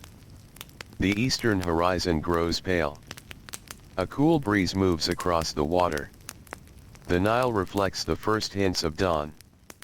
Birds begin singing from trees and reeds. One by one, homes come to life. A mother rises. A father stretches tired muscles. A child rubs sleepy eyes. The day begins again. There is comfort in the predictability. The same river. The same roads. The same tasks. The same familiar faces. Ancient life could be difficult, but it was also deeply rooted in routine. Children grew up surrounded by patterns that rarely changed quickly. The changing seasons brought variation. The flooding river brought variation. Yet daily life remained surprisingly steady. This steadiness helped shape young minds. A child learned what was expected. A child learned where they belonged. A child learned how the household functioned. These lessons arrived little by little. No single conversation explained everything. Years of observation did the work. As sunlight spreads across the valley, the village becomes active. Smoke rises from cooking fires. The smell of bread begins drifting through the air. Donkeys move along narrow roads. Workers gather tools. Children help prepare for the day. One of the most important parts of growing up in ancient Egypt was learning how to fit into a larger system. Every household operated almost like a small community. There were tasks that needed doing. Resources that needed managing. Responsibilities that could not be ignored. Children gradually became part of this structure. A young child might begin with simple duties. Carrying small items. Helping clean. Running short errands. As strength and ability increased, expectations increased as well. No announcement marked these changes. They simply happened. One season a task belonged to an older sibling. The next season it belonged to you. This gradual transfer of responsibility happened so naturally that it often felt invisible. The morning grows brighter. The sun rises above the horizon. Golden light spreads across the river. Fishermen push boats into the water. The splash of oars breaks the silence. Children helping nearby watch carefully. Fishing requires knowledge passed down over many years. The river appears calm, yet it has its own moods and rhythms. A child learns where fish gather, learns when to cast a net, learns how weather affects the water. These lessons take time. No shortcut exists. Patience becomes a constant companion. Many ancient skills require this same patience. Whether farming, building, fishing, baking, or writing, progress arrives slowly. Children therefore spend much of their youth practicing, repeating, improving, trying again. The process can seem endless. Yet over time, remarkable competence emerges. As the village continues its morning activity, another group of children gathers near a workshop. The air smells of clay and dust. Inside, experienced craftsmen work carefully. Their movements appear effortless. Years of practice have made difficult tasks seem easy.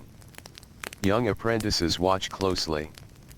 Observation remains one of the most powerful forms of education. A child sees how tools are handled, how materials respond, how mistakes are corrected. Knowledge flows constantly from experienced hands to inexperienced ones. The workshop becomes a place of quiet learning. The lessons extend beyond technical skill. Patience is learned. Discipline is learned. Attention to detail is learned. Children discover that careful work often produces better results than hurried work. These ideas gradually become part of their character. The sun climbs higher. The day becomes warmer. Roads fill with movement. Merchants arrange goods for sale. Customers arrive. Conversations fill the air. Children accompanying parents encounter another form of education. The marketplace teaches social behavior. It teaches negotiation. It teaches observation. A child watches adults exchange goods. Watches how disputes are resolved. Watches how relationships are maintained. Even ordinary interactions contain lessons.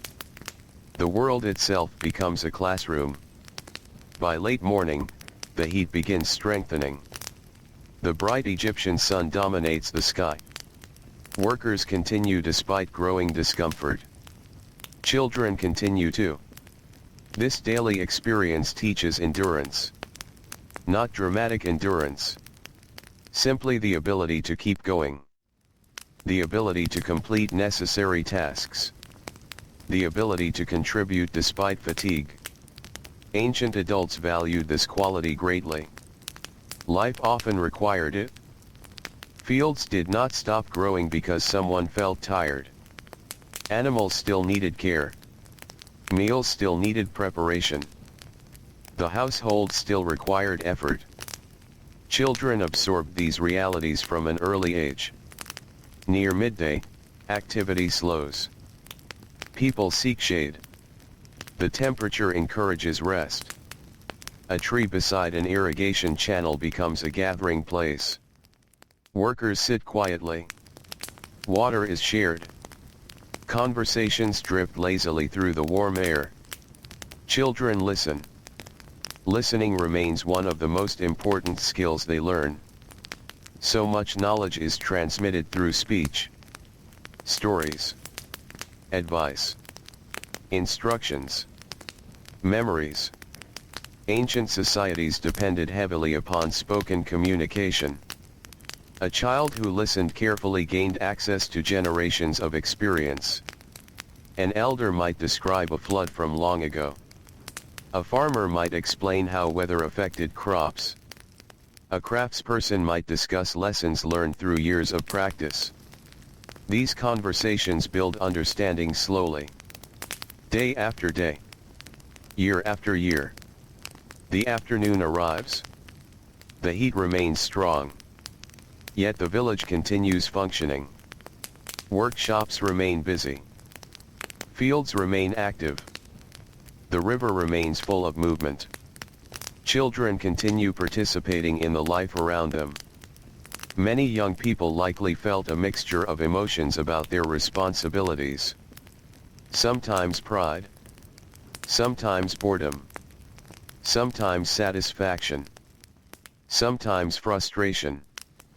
Human emotions have always been complex. Ancient children were no different. Yet regardless of personal feelings, duties remained. The expectations of family and community rarely disappeared. This consistency helped create a society where knowledge and skills could pass reliably between generations. As the afternoon slowly begins to fade, shadows lengthen across the land. The sunlight softens. The worst of the heat finally passes. A sense of relief spreads quietly through the village. People begin thinking about home, about food, about rest, about family. The river glows beneath the lowering sun. Its surface reflects shades of gold and orange. Boats return to shore. Farmers gather tools. Children complete final chores. The day's work gradually comes to an end. Evening brings a different atmosphere. The pace slows. Voices become softer. The smell of cooking fills the air. Families gather together. These moments often form some of the warmest memories of childhood. A meal shared after a long day. The sound of familiar voices. The glow of an oil lamp. The comfort of belonging. Even within a culture that valued obedience so strongly, affection remained important. Parents cared deeply about their children. Grandparents cared deeply about their grandchildren. Families celebrated births. Families worried during illness. Families supported one another through hardship. Love existed alongside discipline. The two were not seen as opposites. Night falls gently across the valley. The stars emerge once again. The river returns to silver beneath the moonlight. The sounds of labor fade away. Doors close. Conversations end. Children settle onto reed mats. Their eyes grow heavy. The lessons of another day settle quietly into memory. Outside, the Nile continues its endless journey through the darkness, flowing past sleeping villages and silent fields, carrying with it the steady rhythm of a world where childhood was shaped not by freedom from responsibility, but by a gradual and patient preparation for the duties that lay ahead. The Nile moves silently beneath the stars. Its dark waters reflect points of light from the sky above, creating the feeling that the heavens themselves have drifted down to rest upon the river. The current flows steadily northward, just as it has for thousands upon thousands of years. Along its banks, villages sleep. The narrow roads are empty. The workshops stand quiet. The market stalls sit abandoned until morning. Palm trees cast long shadows beneath the moonlight. A cool breeze travels across the water and slips gently through open doorways. Inside one small home, a child sleeps soundly after a long day. The child's hands are no longer those of a baby. Small signs of growing responsibility can already be seen. A few calluses. A few scratches. Muscles slowly becoming stronger from repeated work. The transformation happens so gradually that nobody notices it from one day to the next. Yet year after year, childhood slowly changes. The small child becomes an older child. The older child becomes a young adult. And throughout that journey, obedience remains one of the most valued qualities. The night passes peacefully. Hours drift by. The stars slowly move across the sky. Then, without hurry, dawn begins its return. The eastern horizon brightens. The darkness softens. Birds awaken among the reeds. The first light touches the river. Morning arrives once again. The village slowly stirs to life. A woman steps outside carrying a clay vessel. A man gathers tools for the day ahead. A child yawns and rubs tired eyes. The familiar rhythm begins again. Ancient Egypt was a place where routine shaped nearly every aspect of existence. Children grew up inside routines that had existed long before they were born. The same farming cycles. The same household chores. The same seasonal patterns. The same expectations. This continuity created a powerful sense of stability. Everyone knew their place. Everyone understood their responsibilities. At least in theory. Real life was often more complicated. Children did not always enjoy every task. Adults did not always enjoy every responsibility. But the structure remained. As sunlight spreads across the village, families begin preparing food. Bread remains at the center of many meals. Its preparation requires effort. Grain must be processed. Dough must be prepared. Ovens must be heated. Children often participate in these activities from an early age. Many skills are learned simply by being present. Watching. Helping. Repeating. A young child may begin with the smallest tasks. Perhaps carrying ingredients. Perhaps cleaning tools. Perhaps observing quietly nearby. Over time, greater responsibilities follow. This gradual increase feels natural. Nobody wakes up one morning and suddenly becomes an adult. Instead, adulthood approaches through thousands of ordinary moments. Thousands of repeated actions. Thousands of lessons absorbed almost without notice. Outside, the village grows busier. Farmers move toward fields. Fishermen head toward the river. Craftsmen open workshops. Children accompany parents and older siblings. The boundaries between learning and working remain difficult to separate. A child learns by participating. Participation becomes education. Education becomes preparation. Preparation becomes adulthood. The process unfolds so slowly that it feels almost invisible. Near the riverbank, fishermen prepare their boats. The Nile remains central to nearly every part of life. Its waters provide food. Its floods support agriculture. Its trade routes connect distant communities. Children growing up beside the river quickly understand its importance.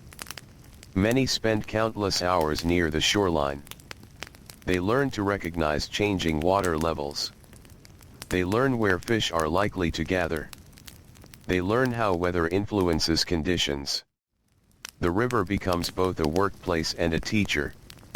Its lessons require patience. No one can command the Nile. No one can rush it. People must learn to work with its rhythms. This encourages a certain mindset. Careful observation. Respect for natural cycles. Acceptance that some things take time. These lessons extend far beyond fishing. They influence life itself. The sun continues rising. Heat gradually spreads across the valley. Dust lifts beneath countless footsteps. Animals move through fields and roads. Voices drift through the air. The village feels fully awake now. For many children, one of the most important lessons involves understanding authority. Authority exists everywhere. Within the household. Within the village. Within workplaces. Within religious life. Children learn where decisions come from. They learn who gives instructions. They learn who carries responsibility. Obedience is not simply about following orders blindly. At least not always. Often it reflects participation in a larger structure.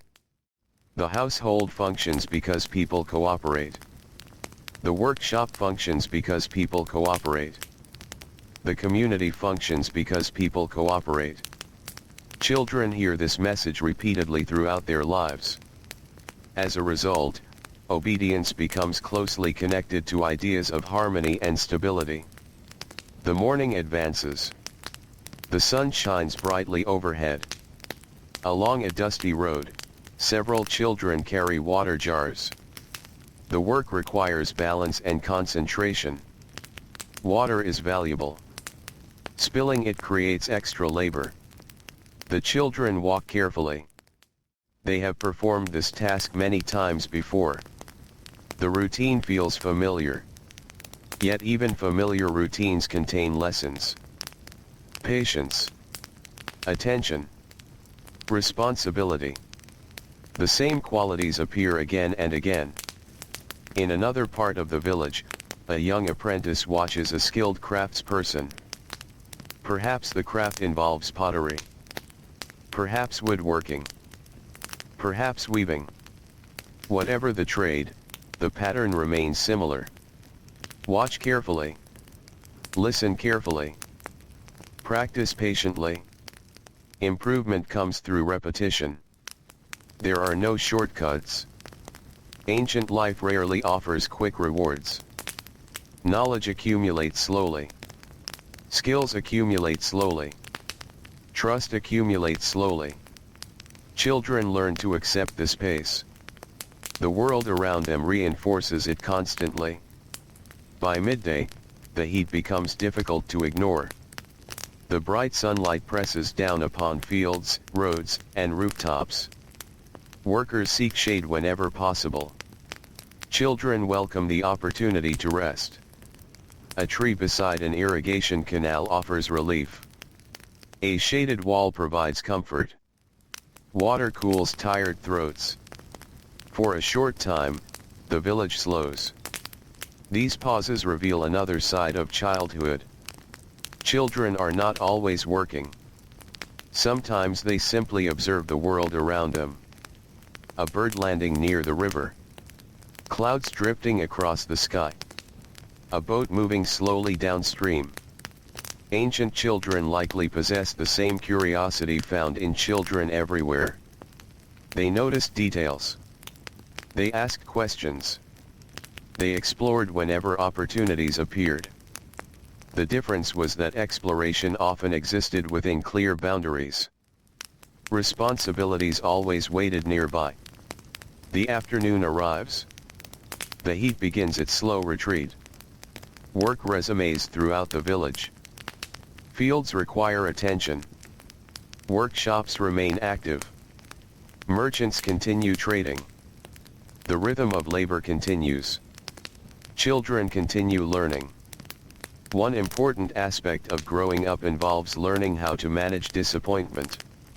Ancient life contains many uncertainties. Flood levels vary. Harvests vary. Weather varies. Illness appears unexpectedly. Not every effort produces success. Children witness these realities firsthand. A fishing trip may yield fewer fish than expected. A crop may suffer damage. A project may require correction. Life does not always unfold perfectly. Adults often teach children to accept setbacks calmly. To continue working. To continue trying. To remain patient. These lessons become valuable later in life. As the sun begins lowering toward the western horizon, golden light spreads across the valley. Palm trees cast longer shadows. The Nile shines brightly. The atmosphere changes. The end of the day approaches. Workers begin finishing tasks. Boats return toward shore. Animals are gathered. Tools are cleaned and stored. Children help complete the final duties. Fatigue settles across the community. Yet it is a familiar fatigue. A fatigue earned through effort. Evening arrives gently. Families return home. The scent of cooking drifts through narrow streets. Bread bakes. Fish cooks. Vegetables are prepared. Voices fill homes once more. Children sit with parents and grandparents. Stories emerge naturally. Some stories are practical. Some are entertaining. Some carry lessons hidden beneath simple words. A child listening carefully receives more than a story. The child receives a piece of cultural memory. A piece of family memory. A piece of accumulated wisdom. These quiet evenings help shape character as much as any chore or task. The atmosphere feels warm, safe, familiar. Outside, darkness slowly returns. The first stars appear. The temperature becomes pleasant once again. The Nile reflects the moonlight.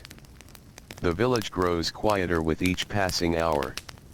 Children prepare for sleep. Their bodies are tired. Their minds are calm. Tomorrow will bring another day of learning. Another day of helping. Another day of growing. The process never seems dramatic while it is happening.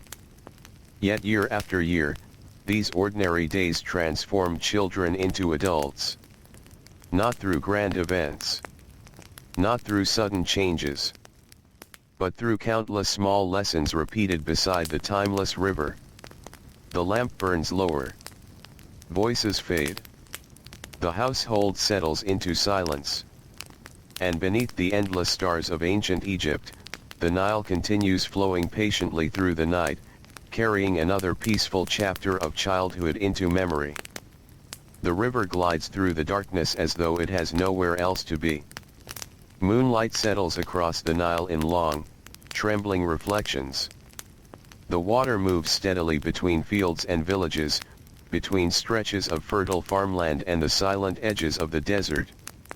Above, the stars fill the sky from one horizon to the other. The night feels endless. The air has cooled. The heat of the day is only a memory now. Palm leaves rustle softly in the breeze. The sounds of labor have disappeared completely. The workshops are quiet. The fields are quiet. The roads are quiet. Only the river continues its patient journey. Inside a small mud-brick home, a family sleeps. Children lie beside parents and younger siblings. The room is simple but familiar. Clay jars stand against the wall. A woven basket rests near the doorway. The last glow from an oil lamp has faded. For now, nobody is working. Nobody is carrying water. Nobody is repairing tools. Nobody is tending animals. The responsibilities of the day have been set aside. The village rests. But morning is already moving closer. Slowly, the darkness begins to change. The eastern horizon grows pale. Stars disappear one by one. Birds awaken among the reeds. The river brightens. Another day begins. For children growing up in ancient Egypt, the beginning of the day often arrived long before the sun stood high in the sky. The coolest hours were valuable. Important work could be completed before the strongest heat arrived. Families understood this well. The entire rhythm of life adjusted itself around the climate. A child learned these patterns naturally. No special lesson was required. Simply living through the seasons taught everything. The household begins to stir. Someone prepares a fire. Someone gathers water. Someone begins working with grain. Children wake gradually. The familiar sounds of morning surround them. Many mornings look almost identical to those that came before. Yet this repetition is not considered a problem. In fact, repetition is one of the great teachers of childhood. The same tasks performed again and again eventually become second nature. A child who once struggled to complete a simple chore now finishes it effortlessly. A child who once needed constant instruction now works independently. Growth often happens quietly. So quietly that nobody notices until years have passed. Outside, the village comes alive. The first sunlight touches rooftops. Dusty roads begin filling with movement. Workers head toward fields. Merchants prepare for trade. Fishermen make their way toward the river. Children become part of this movement. Many ancient children learned responsibility long before they understood the larger purpose behind it. At first, they simply followed instructions. Carry this basket. Fetch that water. Watch your younger brother. Help prepare the meal. The reasons were not always explained in detail. The task simply needed doing. Only later did children begin understanding how these small duties connected to larger responsibilities. A household depended upon cooperation. Every person contributed. Even the youngest members contributed in some way. As the morning grows brighter, a young child walks beside an older relative. Perhaps they are heading toward a field. Perhaps toward a workshop. Perhaps toward the river. The journey itself becomes part of the education. Conversations happen along the way. Advice is shared. Questions are answered. The older relative points out details that the child might otherwise miss. The condition of crops. The behavior of animals. The signs of changing weather. Little by little, knowledge accumulates. The process is slow. Yet slow learning often becomes deep learning. The child remembers because the lesson is connected to experience. Across Egypt, countless children grow up through similar experiences. Their specific lives differ. Some belong to farming families. Some belong to fishing families. Some belong to artisans. Some belong to merchants. Some live in larger towns. Others live in tiny settlements.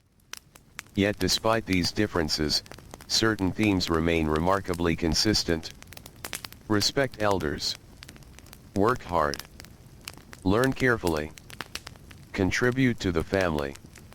These values appear again and again. The sun climbs higher.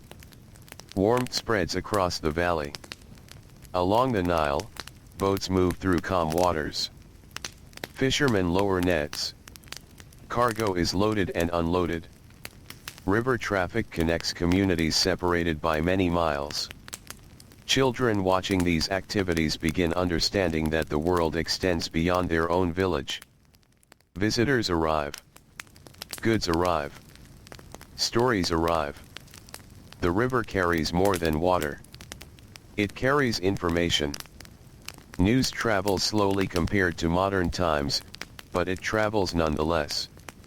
A merchant from another settlement may bring unfamiliar objects. A traveler may bring unfamiliar stories. Children listen with curiosity. The larger world feels distant and mysterious. Yet most of daily life remains focused close to home. The household remains the center of everything. By late morning, the village is fully active. Workshops echo with activity. The sound of tools fills the air. Wood is shaped. Clay is molded. Fabric is woven. Children assisting in these environments learn an important lesson. Good work takes time. An experienced craftsperson rarely rushes. Carelessness wastes materials. Carelessness creates mistakes. Patience creates quality. The lesson extends far beyond craftsmanship. Many aspects of life require patience. Growing crops requires patience. Raising children requires patience. Learning requires patience. The ancient world rewards steady effort more often than hurried effort. Children absorb this truth through observation. At midday, the familiar heat settles across the land. The sunlight feels heavy. Roads shimmer. Walls radiate warmth. Workers seek shade whenever possible. Children do the same. A brief rest becomes valuable. People gather beneath trees or beside buildings. Water is shared. Conversations become slower. The pace of life softens. These quiet moments often reveal the emotional side of family life. A parent may check on a child's well-being. A grandparent may tell a story. An older sibling may offer encouragement. Ancient childhood is not simply a list of chores and duties. Affection exists too. Care exists too. Families laugh together. Families support one another. Families worry about one another. The emotional bonds are real. Yet those bonds exist within a culture that strongly values obedience. Love and discipline walk side by side. Adults believe both are necessary. The afternoon arrives. The heat gradually begins easing. Work continues. Children return to responsibilities. Perhaps they help gather supplies. Perhaps they assist with food preparation. Perhaps they care for animals. Each task teaches something. Sometimes the lesson is practical. Sometimes it is social. Sometimes it is moral. A child learns how to complete work properly.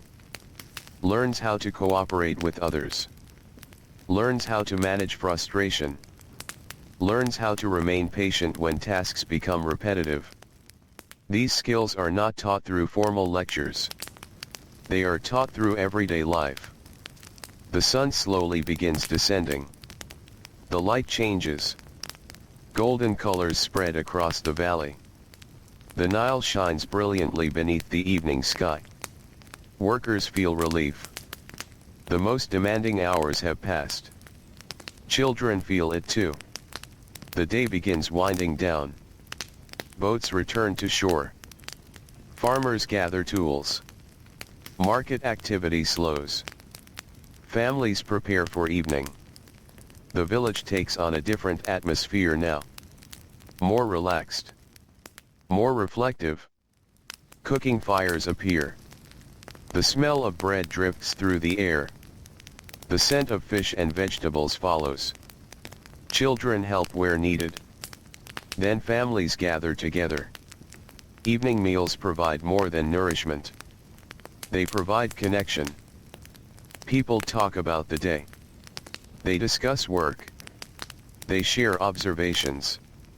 They tell stories. Children sit quietly and listen. Many lessons pass from one generation to another during these conversations. Not because anyone announces a lesson, but because wisdom naturally emerges through shared experiences. A parent describes a challenge from earlier in the day. An elder recalls something from long ago. A child asks a question. The conversation unfolds. Knowledge moves forward. Night approaches. The sky darkens gradually. Stars appear overhead. The temperature cools. A breeze drifts across the river. The village grows quieter. One home after another settles into rest. Children stretch out on reed mats. Their bodies feel heavy with pleasant exhaustion. Their minds drift toward sleep. Tomorrow will bring more routines. More lessons. More responsibilities. Yet none of it feels unusual. This is simply life. The same life their parents once lived. The same life their grandparents once lived. The same life countless generations have lived beside the patient waters of the Nile. Outside, the river continues flowing beneath the stars. The reeds whisper softly in the darkness. The moon reflects upon the water. And another peaceful ancient night settles gently over the valley, carrying its sleeping children toward dreams while the timeless rhythm of Egypt continues without hurry. The Nile drifts through the darkness like a quiet companion to the night. Its waters move steadily beneath the moon, reflecting silver light that trembles across the surface. Along the banks, clusters of reeds sway softly in the breeze. Palm trees stand watch over sleeping villages. The desert beyond remains silent, its vast open spaces hidden beneath darkness. The valley is peaceful. The labor of the day has ended. The voices have faded. The tools have been set aside. Only the river remains awake. Inside the homes that line its banks, families rest together. A child sleeps near younger siblings. Parents sleep nearby. An older grandparent breathes slowly in the corner of the room. Everyone shares the same space. Everyone shares the same quiet. The night offers a brief pause from responsibility. Yet responsibility is never far away. Morning always returns. The stars slowly move overhead. Hours pass. The moon continues its journey. And then, little by little, the darkness begins to loosen its hold on the land. A pale glow appears in the east. Birds begin calling from the reeds. The river catches the first hints of dawn. Another day is beginning. Across the valley, families wake. A mother rises to prepare food. A father stretches tired muscles before another day of labor. Children stir beneath linen coverings. The familiar sounds of morning fill the home. A clay jar being moved. A door opening. Footsteps crossing a packed earth floor. The rhythms of life begin once more. For children growing up in ancient Egypt, every day offered another opportunity to learn where they fit within the world around them. The lessons were not always spoken aloud. Many were communicated through observation, through routine, through repetition. A child learned by watching adults. A child learned by helping adults. A child learned by becoming part of the daily flow of work. This process started remarkably early.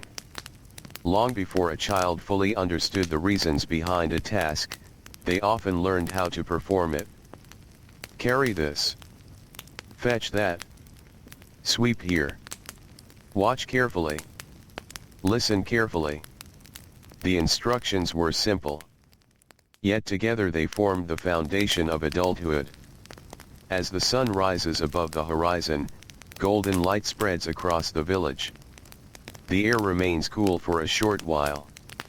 Workers use these early hours wisely. Fields need attention.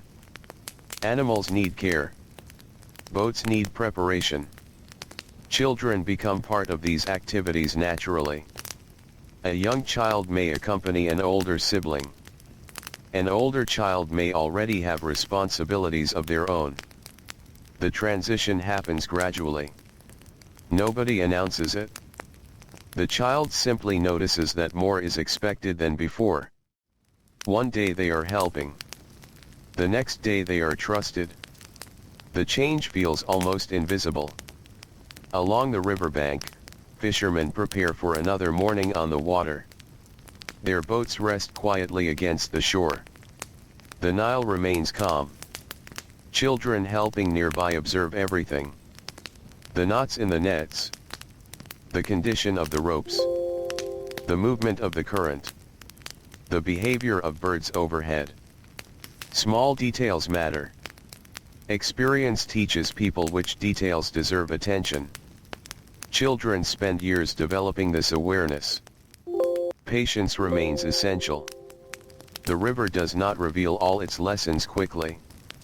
Elsewhere in the village, bread is being prepared. The smell begins drifting through the air. Grain is ground. Dough is mixed. Ovens are heated. The work requires effort and coordination. Children helping in these tasks learn more than cooking. They learn responsibility. Food does not appear by magic. Someone must prepare it. Someone must work for it. The connection between effort and survival remains visible every day. This visibility shapes childhood profoundly. Many modern comforts separate people from the labor behind daily necessities. Ancient children rarely experienced that separation. They saw where food came from. They saw how clothing was made. They saw how homes were maintained. The work behind survival remained constantly visible. As a result, many responsibilities seemed natural rather than unusual. The morning advances. Roads become busier. Merchants begin arranging goods. Craftsmen open workshops. The sounds of activity spread throughout the village. Children move among these scenes. Some carry supplies. Some run errands. Some assist family members. Some simply observe. Every experience adds another layer to their understanding of the world. One of the most important lessons many children learn involves self-control. Life within a household requires cooperation. Arguments create tension. Carelessness creates problems. Patience helps maintain harmony. Adults therefore encourage children to control impulses. To think before acting. To listen before speaking. These lessons are repeated again and again. Not because children are naturally perfect. Quite the opposite. Children are curious, energetic, sometimes impatient, sometimes distracted. The role of adults is to guide this energy toward useful purposes. At least that is the goal.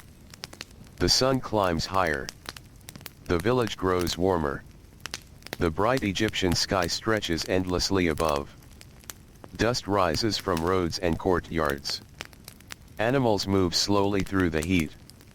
Workers continue their tasks. Children continue learning. Near a workshop, an apprentice watches an experienced craftsperson. The artisan's hands move confidently. Years of practice have transformed difficult work into familiar routine. The apprentice observes every detail. Learning takes time. No one expects mastery after a few days. Or even a few months. The process may require years. Patience becomes part of the education itself. The child learns the skill. The child also learns how to learn. By midday, the heat settles heavily across the valley. Shade becomes precious. Workers gather beneath trees or beside walls. Water jars are shared. The pace slows. The air feels thick with warmth. These quiet periods often bring conversation. Stories emerge. Advice emerges. Memories emerge. An older person may describe life from decades earlier. A younger person may listen closely. The exchange seems ordinary. Yet this is how knowledge survives. One generation passing experience to another. Again and again. Century after century. Children sitting quietly nearby absorb much more than adults sometimes realize. The afternoon arrives. The heat gradually begins easing. Work resumes throughout the village. Fields remain busy. Workshops remain active. Boats continue moving along the river. Children return to responsibilities. Perhaps a young girl helps care for younger siblings. Perhaps a young boy assists in moving supplies. Perhaps another child helps prepare evening food. The tasks vary. The lessons remain familiar.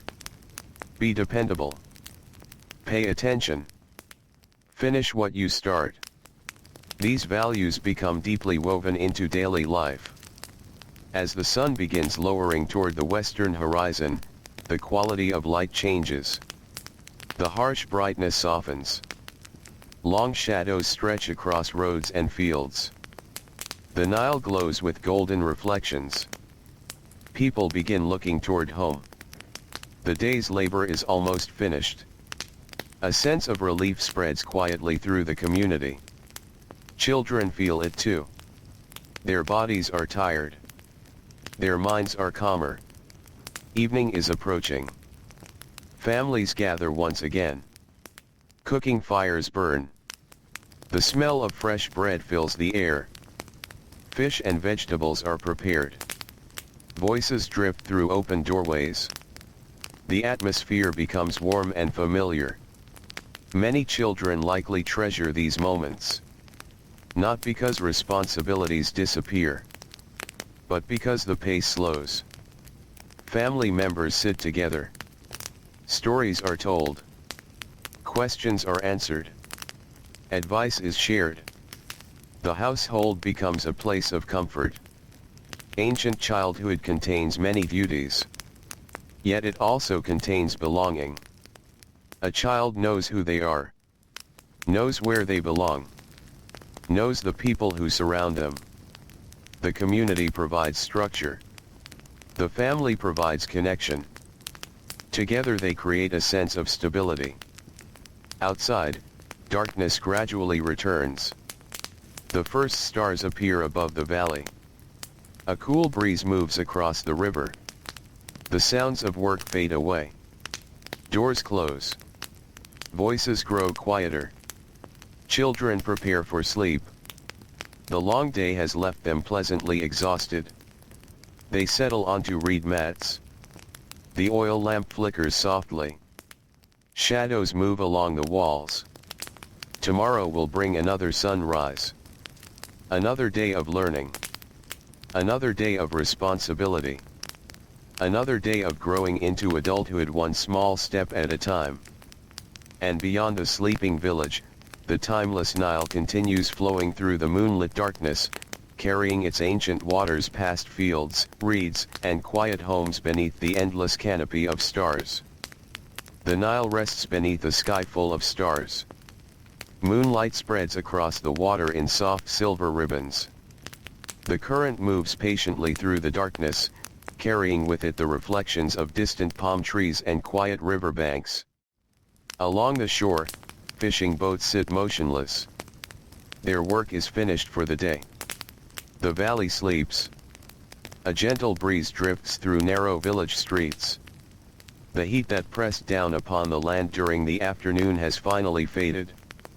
Mudbrick walls release the warmth they stored throughout the day. The air feels comfortable now. Inside homes, families rest together. Children sleep beside parents and siblings. Grandparents sleep nearby. The room is simple, but it feels safe. A woven basket stands in one corner. Clay jars line a wall. A small oil lamp glows faintly before surrendering to darkness. For a few quiet hours, the demands of life have paused. No water must be carried. No grain must be ground. No fields require attention. No instructions need to be followed. The night grants everyone a brief moment of peace. Yet even now, tomorrow waits beyond the horizon. The stars continue their slow movement overhead. Hours pass gently. The moon drifts across the sky.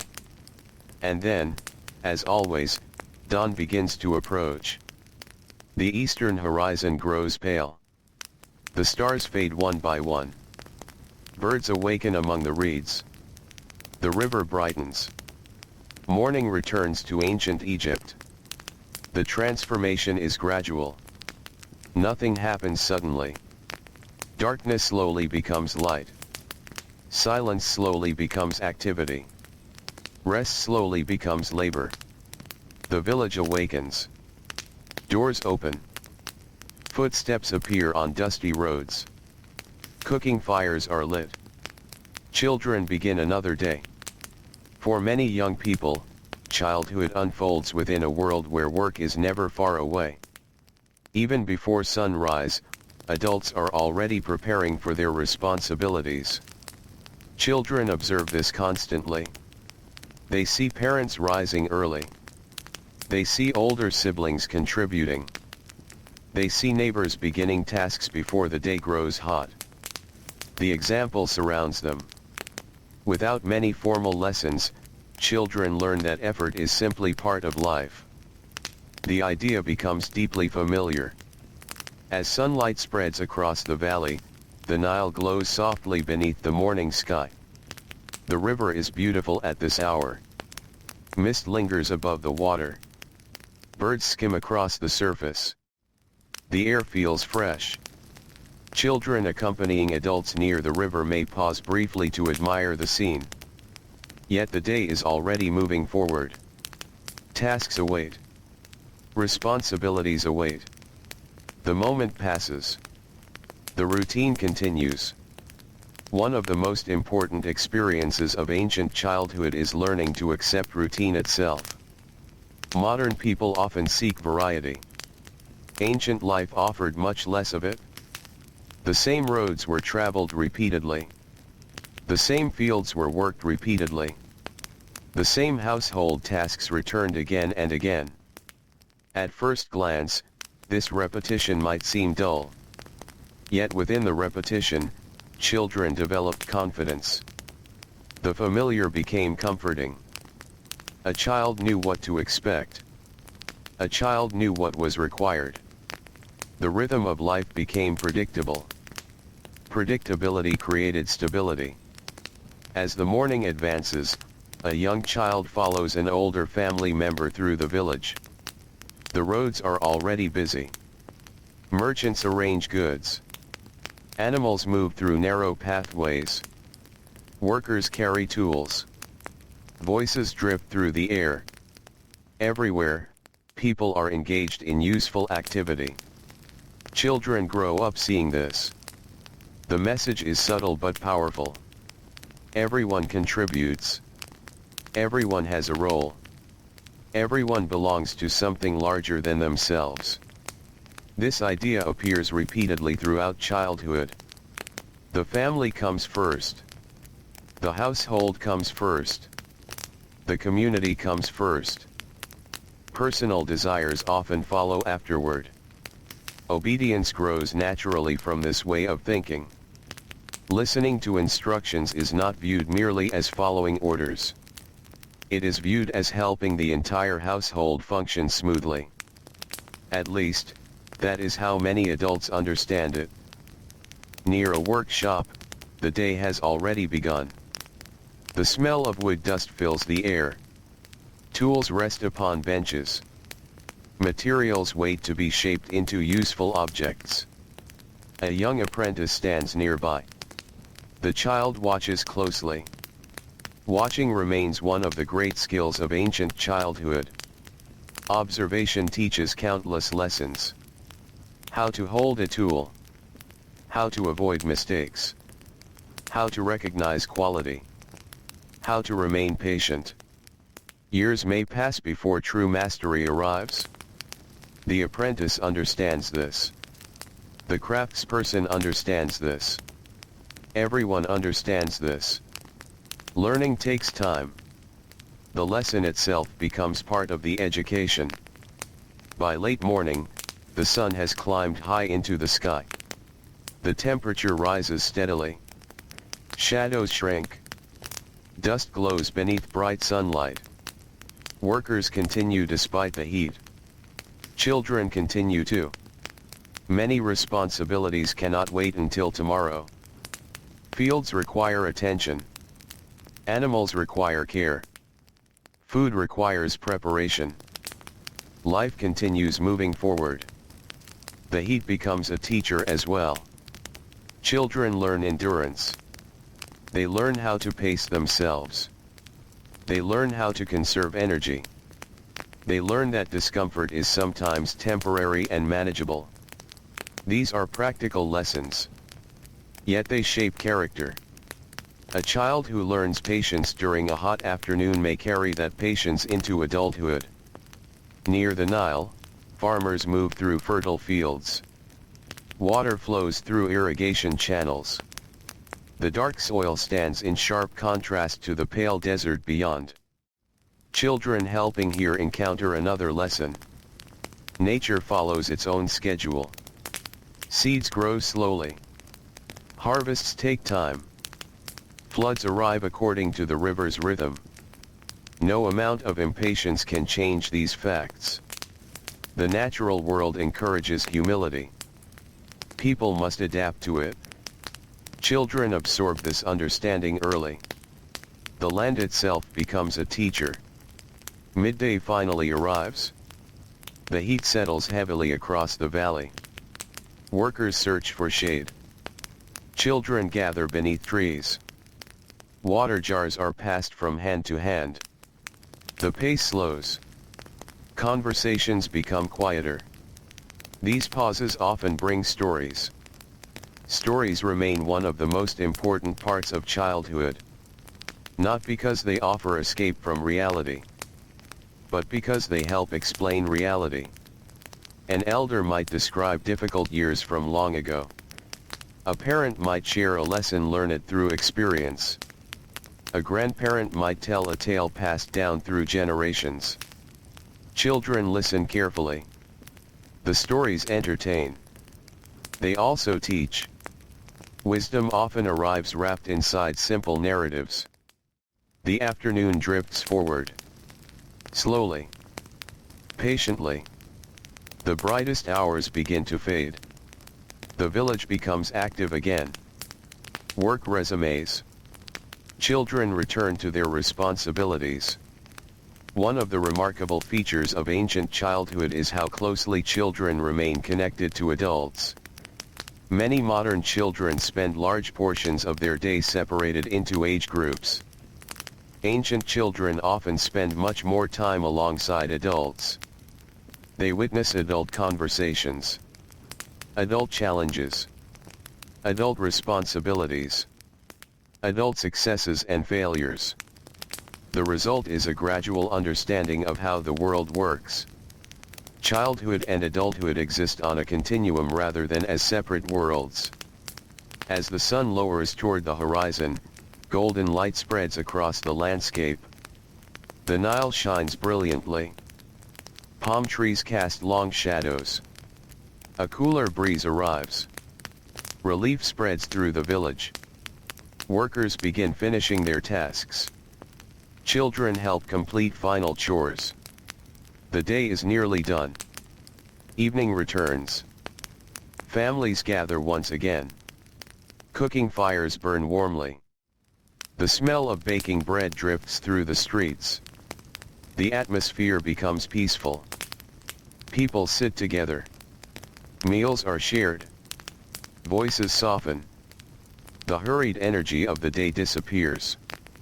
Children often feel most relaxed during these hours. The responsibilities have lessened. The household feels calm. Parents have more time to talk. Grandparents have more time to tell stories. Older siblings have more time to share experiences. These moments strengthen family bonds. A child feels connected. A child feels included. A child feels part of something enduring. Outside, darkness spreads gradually across the valley. The stars emerge overhead. The river returns to silver beneath the moonlight. Night insects begin their songs. The sounds of work fade away entirely. One by one, homes settle into silence. Children stretch out on reed mats. Their eyes grow heavy. The day has given them new experiences, new lessons, new responsibilities. Yet everything has unfolded gently. Through routine. Through repetition. Through the quiet guidance of family and community. The oil lamp flickers softly. The room grows still. And beyond the walls of the sleeping village, the Nile continues its endless journey beneath the stars, carrying the calm rhythm of ancient Egypt through another peaceful night. The Nile glimmers beneath the moonlight. Its waters move quietly through the darkness, flowing past villages that have long since settled into sleep. The river does not rush. It follows its ancient path with the same patient certainty it has always known. Above, the stars seem endless. They stretch from horizon to horizon, filling the sky with gentle light. The air is cool now. The heavy warmth of the day has disappeared. Palm leaves rustle softly. Reeds sway along the riverbank. The sounds of labor have vanished. Only the peaceful voice of the night remains. Inside a small mud brick house, a family rests together. Children sleep close to parents and siblings. A grandparent lies nearby. The room is simple. A few baskets. A few clay jars. A few possessions gathered over many years. Nothing extravagant. Nothing unnecessary. Most ordinary families in ancient Egypt lived lives shaped by practicality. Objects were valued because they served a purpose. Time was valued because work required it. Knowledge was valued because survival depended upon it. Children grew up surrounded by these realities. The lessons began early. The stars continue their slow journey overhead. Hours pass. The village remains quiet. Then, almost imperceptibly, the eastern horizon begins to brighten. Another morning approaches. The darkness fades gradually. Birds awaken among the reeds. The Nile catches the first golden hints of dawn. The village begins to stir. A door opens. A cooking fire crackles to life. Someone carries water across a courtyard. The day begins once again. For children, mornings often arrive with expectations already waiting. There are animals to check. There is food to prepare. There are errands to complete. There are adults who need assistance. Childhood exists inside these routines. Not separate from them. A child wakes knowing there is something useful to do. This expectation feels normal because it has always been present. As sunlight spreads across the valley, the village becomes active. Workers move through dusty roads. The smell of fresh bread drifts from homes. Donkeys carry supplies. Voices rise and fall in conversation. The world feels alive. Children move through these scenes naturally. They belong here.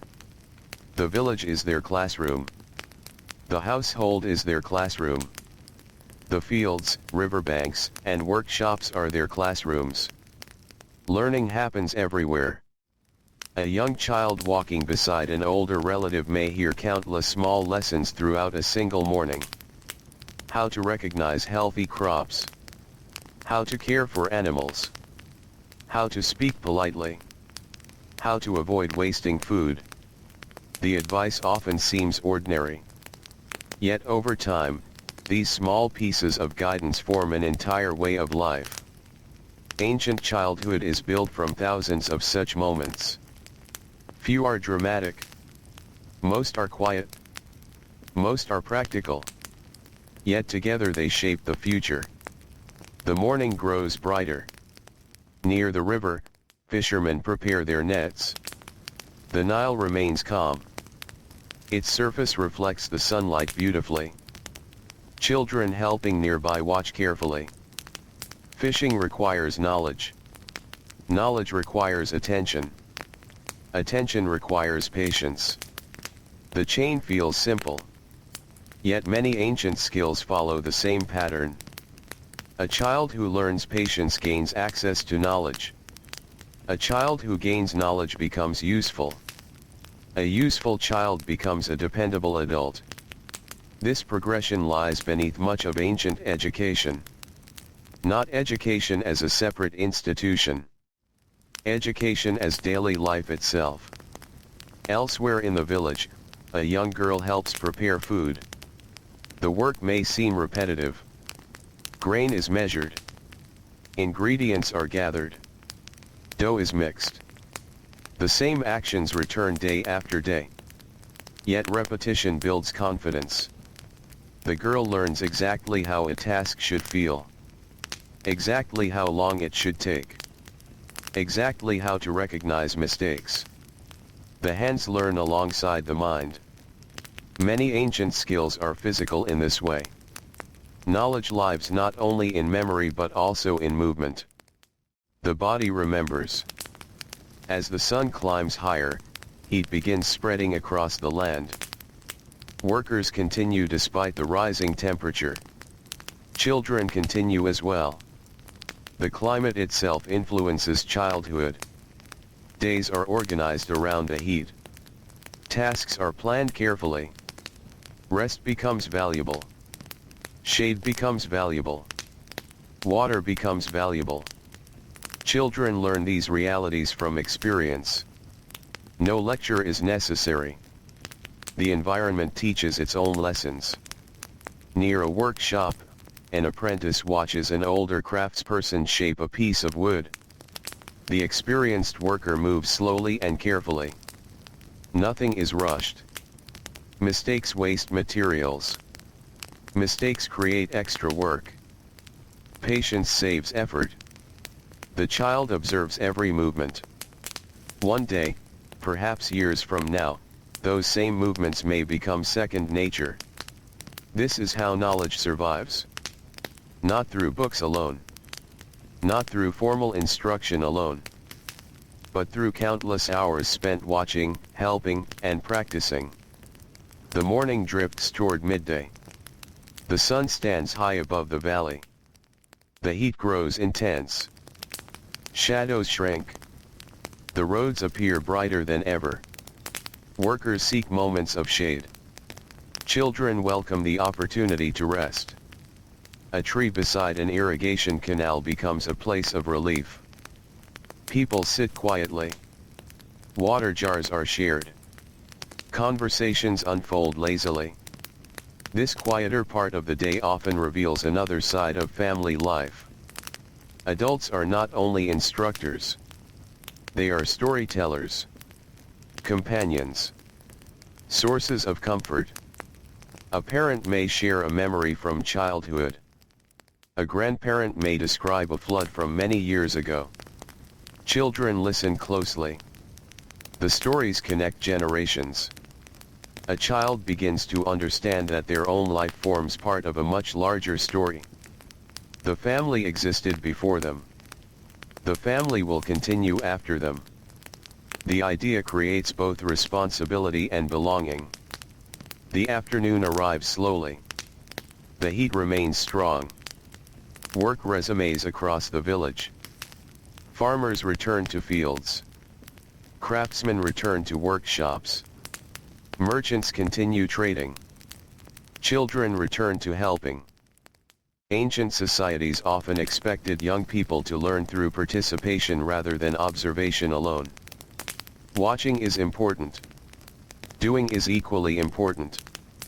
Eventually a child must try. Must practice. Must make mistakes. Mistakes are viewed as part of learning. Yet effort remains essential. Adults expect persistence. The lesson appears repeatedly. If something is difficult, continue. If something takes time, continue.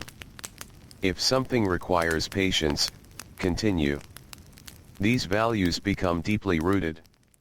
As the hours pass, long shadows begin appearing once again. The harsh brightness softens. A cooler breeze arrives from the river. The atmosphere changes. People begin thinking about evening. Children often notice this shift immediately. The village feels different. Less hurried.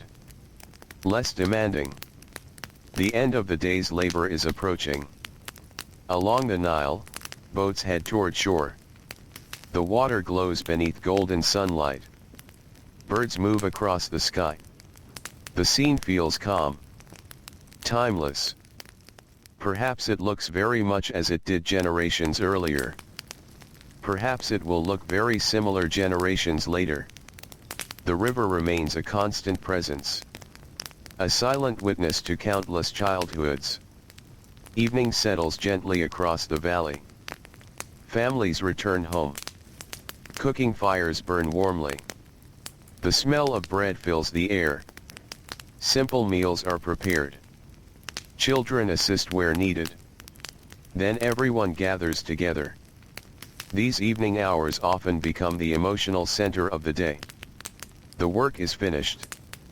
The pressure has eased. People can simply be together. Parents ask questions. Children share observations. Grandparents tell stories. Laughter appears. Ancient childhood contains duty, certainly. It contains responsibility. It contains obedience. Yet it also contains affection, companionship, warmth. The two are not opposites. They exist together. A child may spend the day working hard and still feel deeply loved. A parent may demand discipline and still care profoundly. Within the values of the time, these ideas often support one another. Outside, darkness slowly returns. Stars emerge overhead. The temperature cools. The village grows quieter. One household after another settles into rest. Children stretch out on reed mats. Their bodies feel pleasantly tired. Their minds drift toward sleep. Another ordinary day has passed. A day filled with small lessons. Small responsibilities. Small moments of growth. Nothing dramatic. Nothing extraordinary. Yet these quiet days, repeated year after year, are what shape a life. The oil lamp flickers softly. Voices fade. The room becomes still. And beyond the sleeping village, the Nile continues its endless journey beneath the moonlit sky, carrying its ancient waters through the peaceful darkness of Egypt. The Nile continues to flow through the darkness. Its waters move gently beneath the stars, just as they did long before any child was born, and just as they will long after countless generations have passed into memory. The villages along its banks have grown quiet. The workshops are silent. The marketplaces are empty. The fishing boats rest peacefully beside the shore. Palm trees stand motionless beneath the moonlight. The warm winds of the day have faded into a cool and comforting night. Inside the mudbrick homes of ancient Egypt, families sleep. The day's work is finished. The bread has been baked. The animals have been tended. The tools have been put away. The lamps burn low. Children who spent the day learning, helping, carrying, watching, and growing now rest beside parents and grandparents. Their breathing is slow. Their worries have faded. Tomorrow can wait. For now, there is only stillness. Throughout this long journey into the ancient world, we have walked beside ordinary people rather than kings. We have followed dusty roads instead of armies. We have stood beside quiet riverbanks instead of battlefields. And there, among farmers, fishermen, scribes, servants, builders, merchants, and families, we discovered a simple truth. For many children, growing up was not centered on freedom. It was not centered on endless play. It was not centered on personal choice. Instead, it was shaped by responsibility, by patience, by duty, by learning how to belong to something larger than oneself. Yet within that obedience, there was also comfort. There was family. There was routine. There was connection. There were evening meals shared beneath fading sunlight. There were stories told beside flickering lamps. There were familiar voices at the end of long days. There were gentle moments beside the timeless Nile. The ancient world could be demanding. The days could be long. The heat could be exhausting. The work could be endless. Yet life moved forward through simple rhythms. Sunrise and sunset. Flood and harvest. Work and rest. Generation after generation. Now the village sleeps. The roads are empty. The fields rest beneath the moon. The river reflects the stars. Somewhere in the distance, reeds whisper softly in the night breeze. The sound is faint, almost dreamlike. The ancient families we have followed have settled into sleep. The children are sleeping. The parents are sleeping. The grandparents are sleeping. The entire valley seems wrapped in a blanket of quiet silver light. And so we leave them there. Not with great ceremonies. Not with dramatic farewells. But with the peaceful silence of an Egyptian night. The Nile flows onward. The stars shine overhead. The breeze drifts gently across the water. And little by little, the sounds of the ancient world fade into the distance. Only the river remains. Flowing softly through the darkness. Flowing patiently beneath the stars. Flowing onward into the quiet night. And into sleep.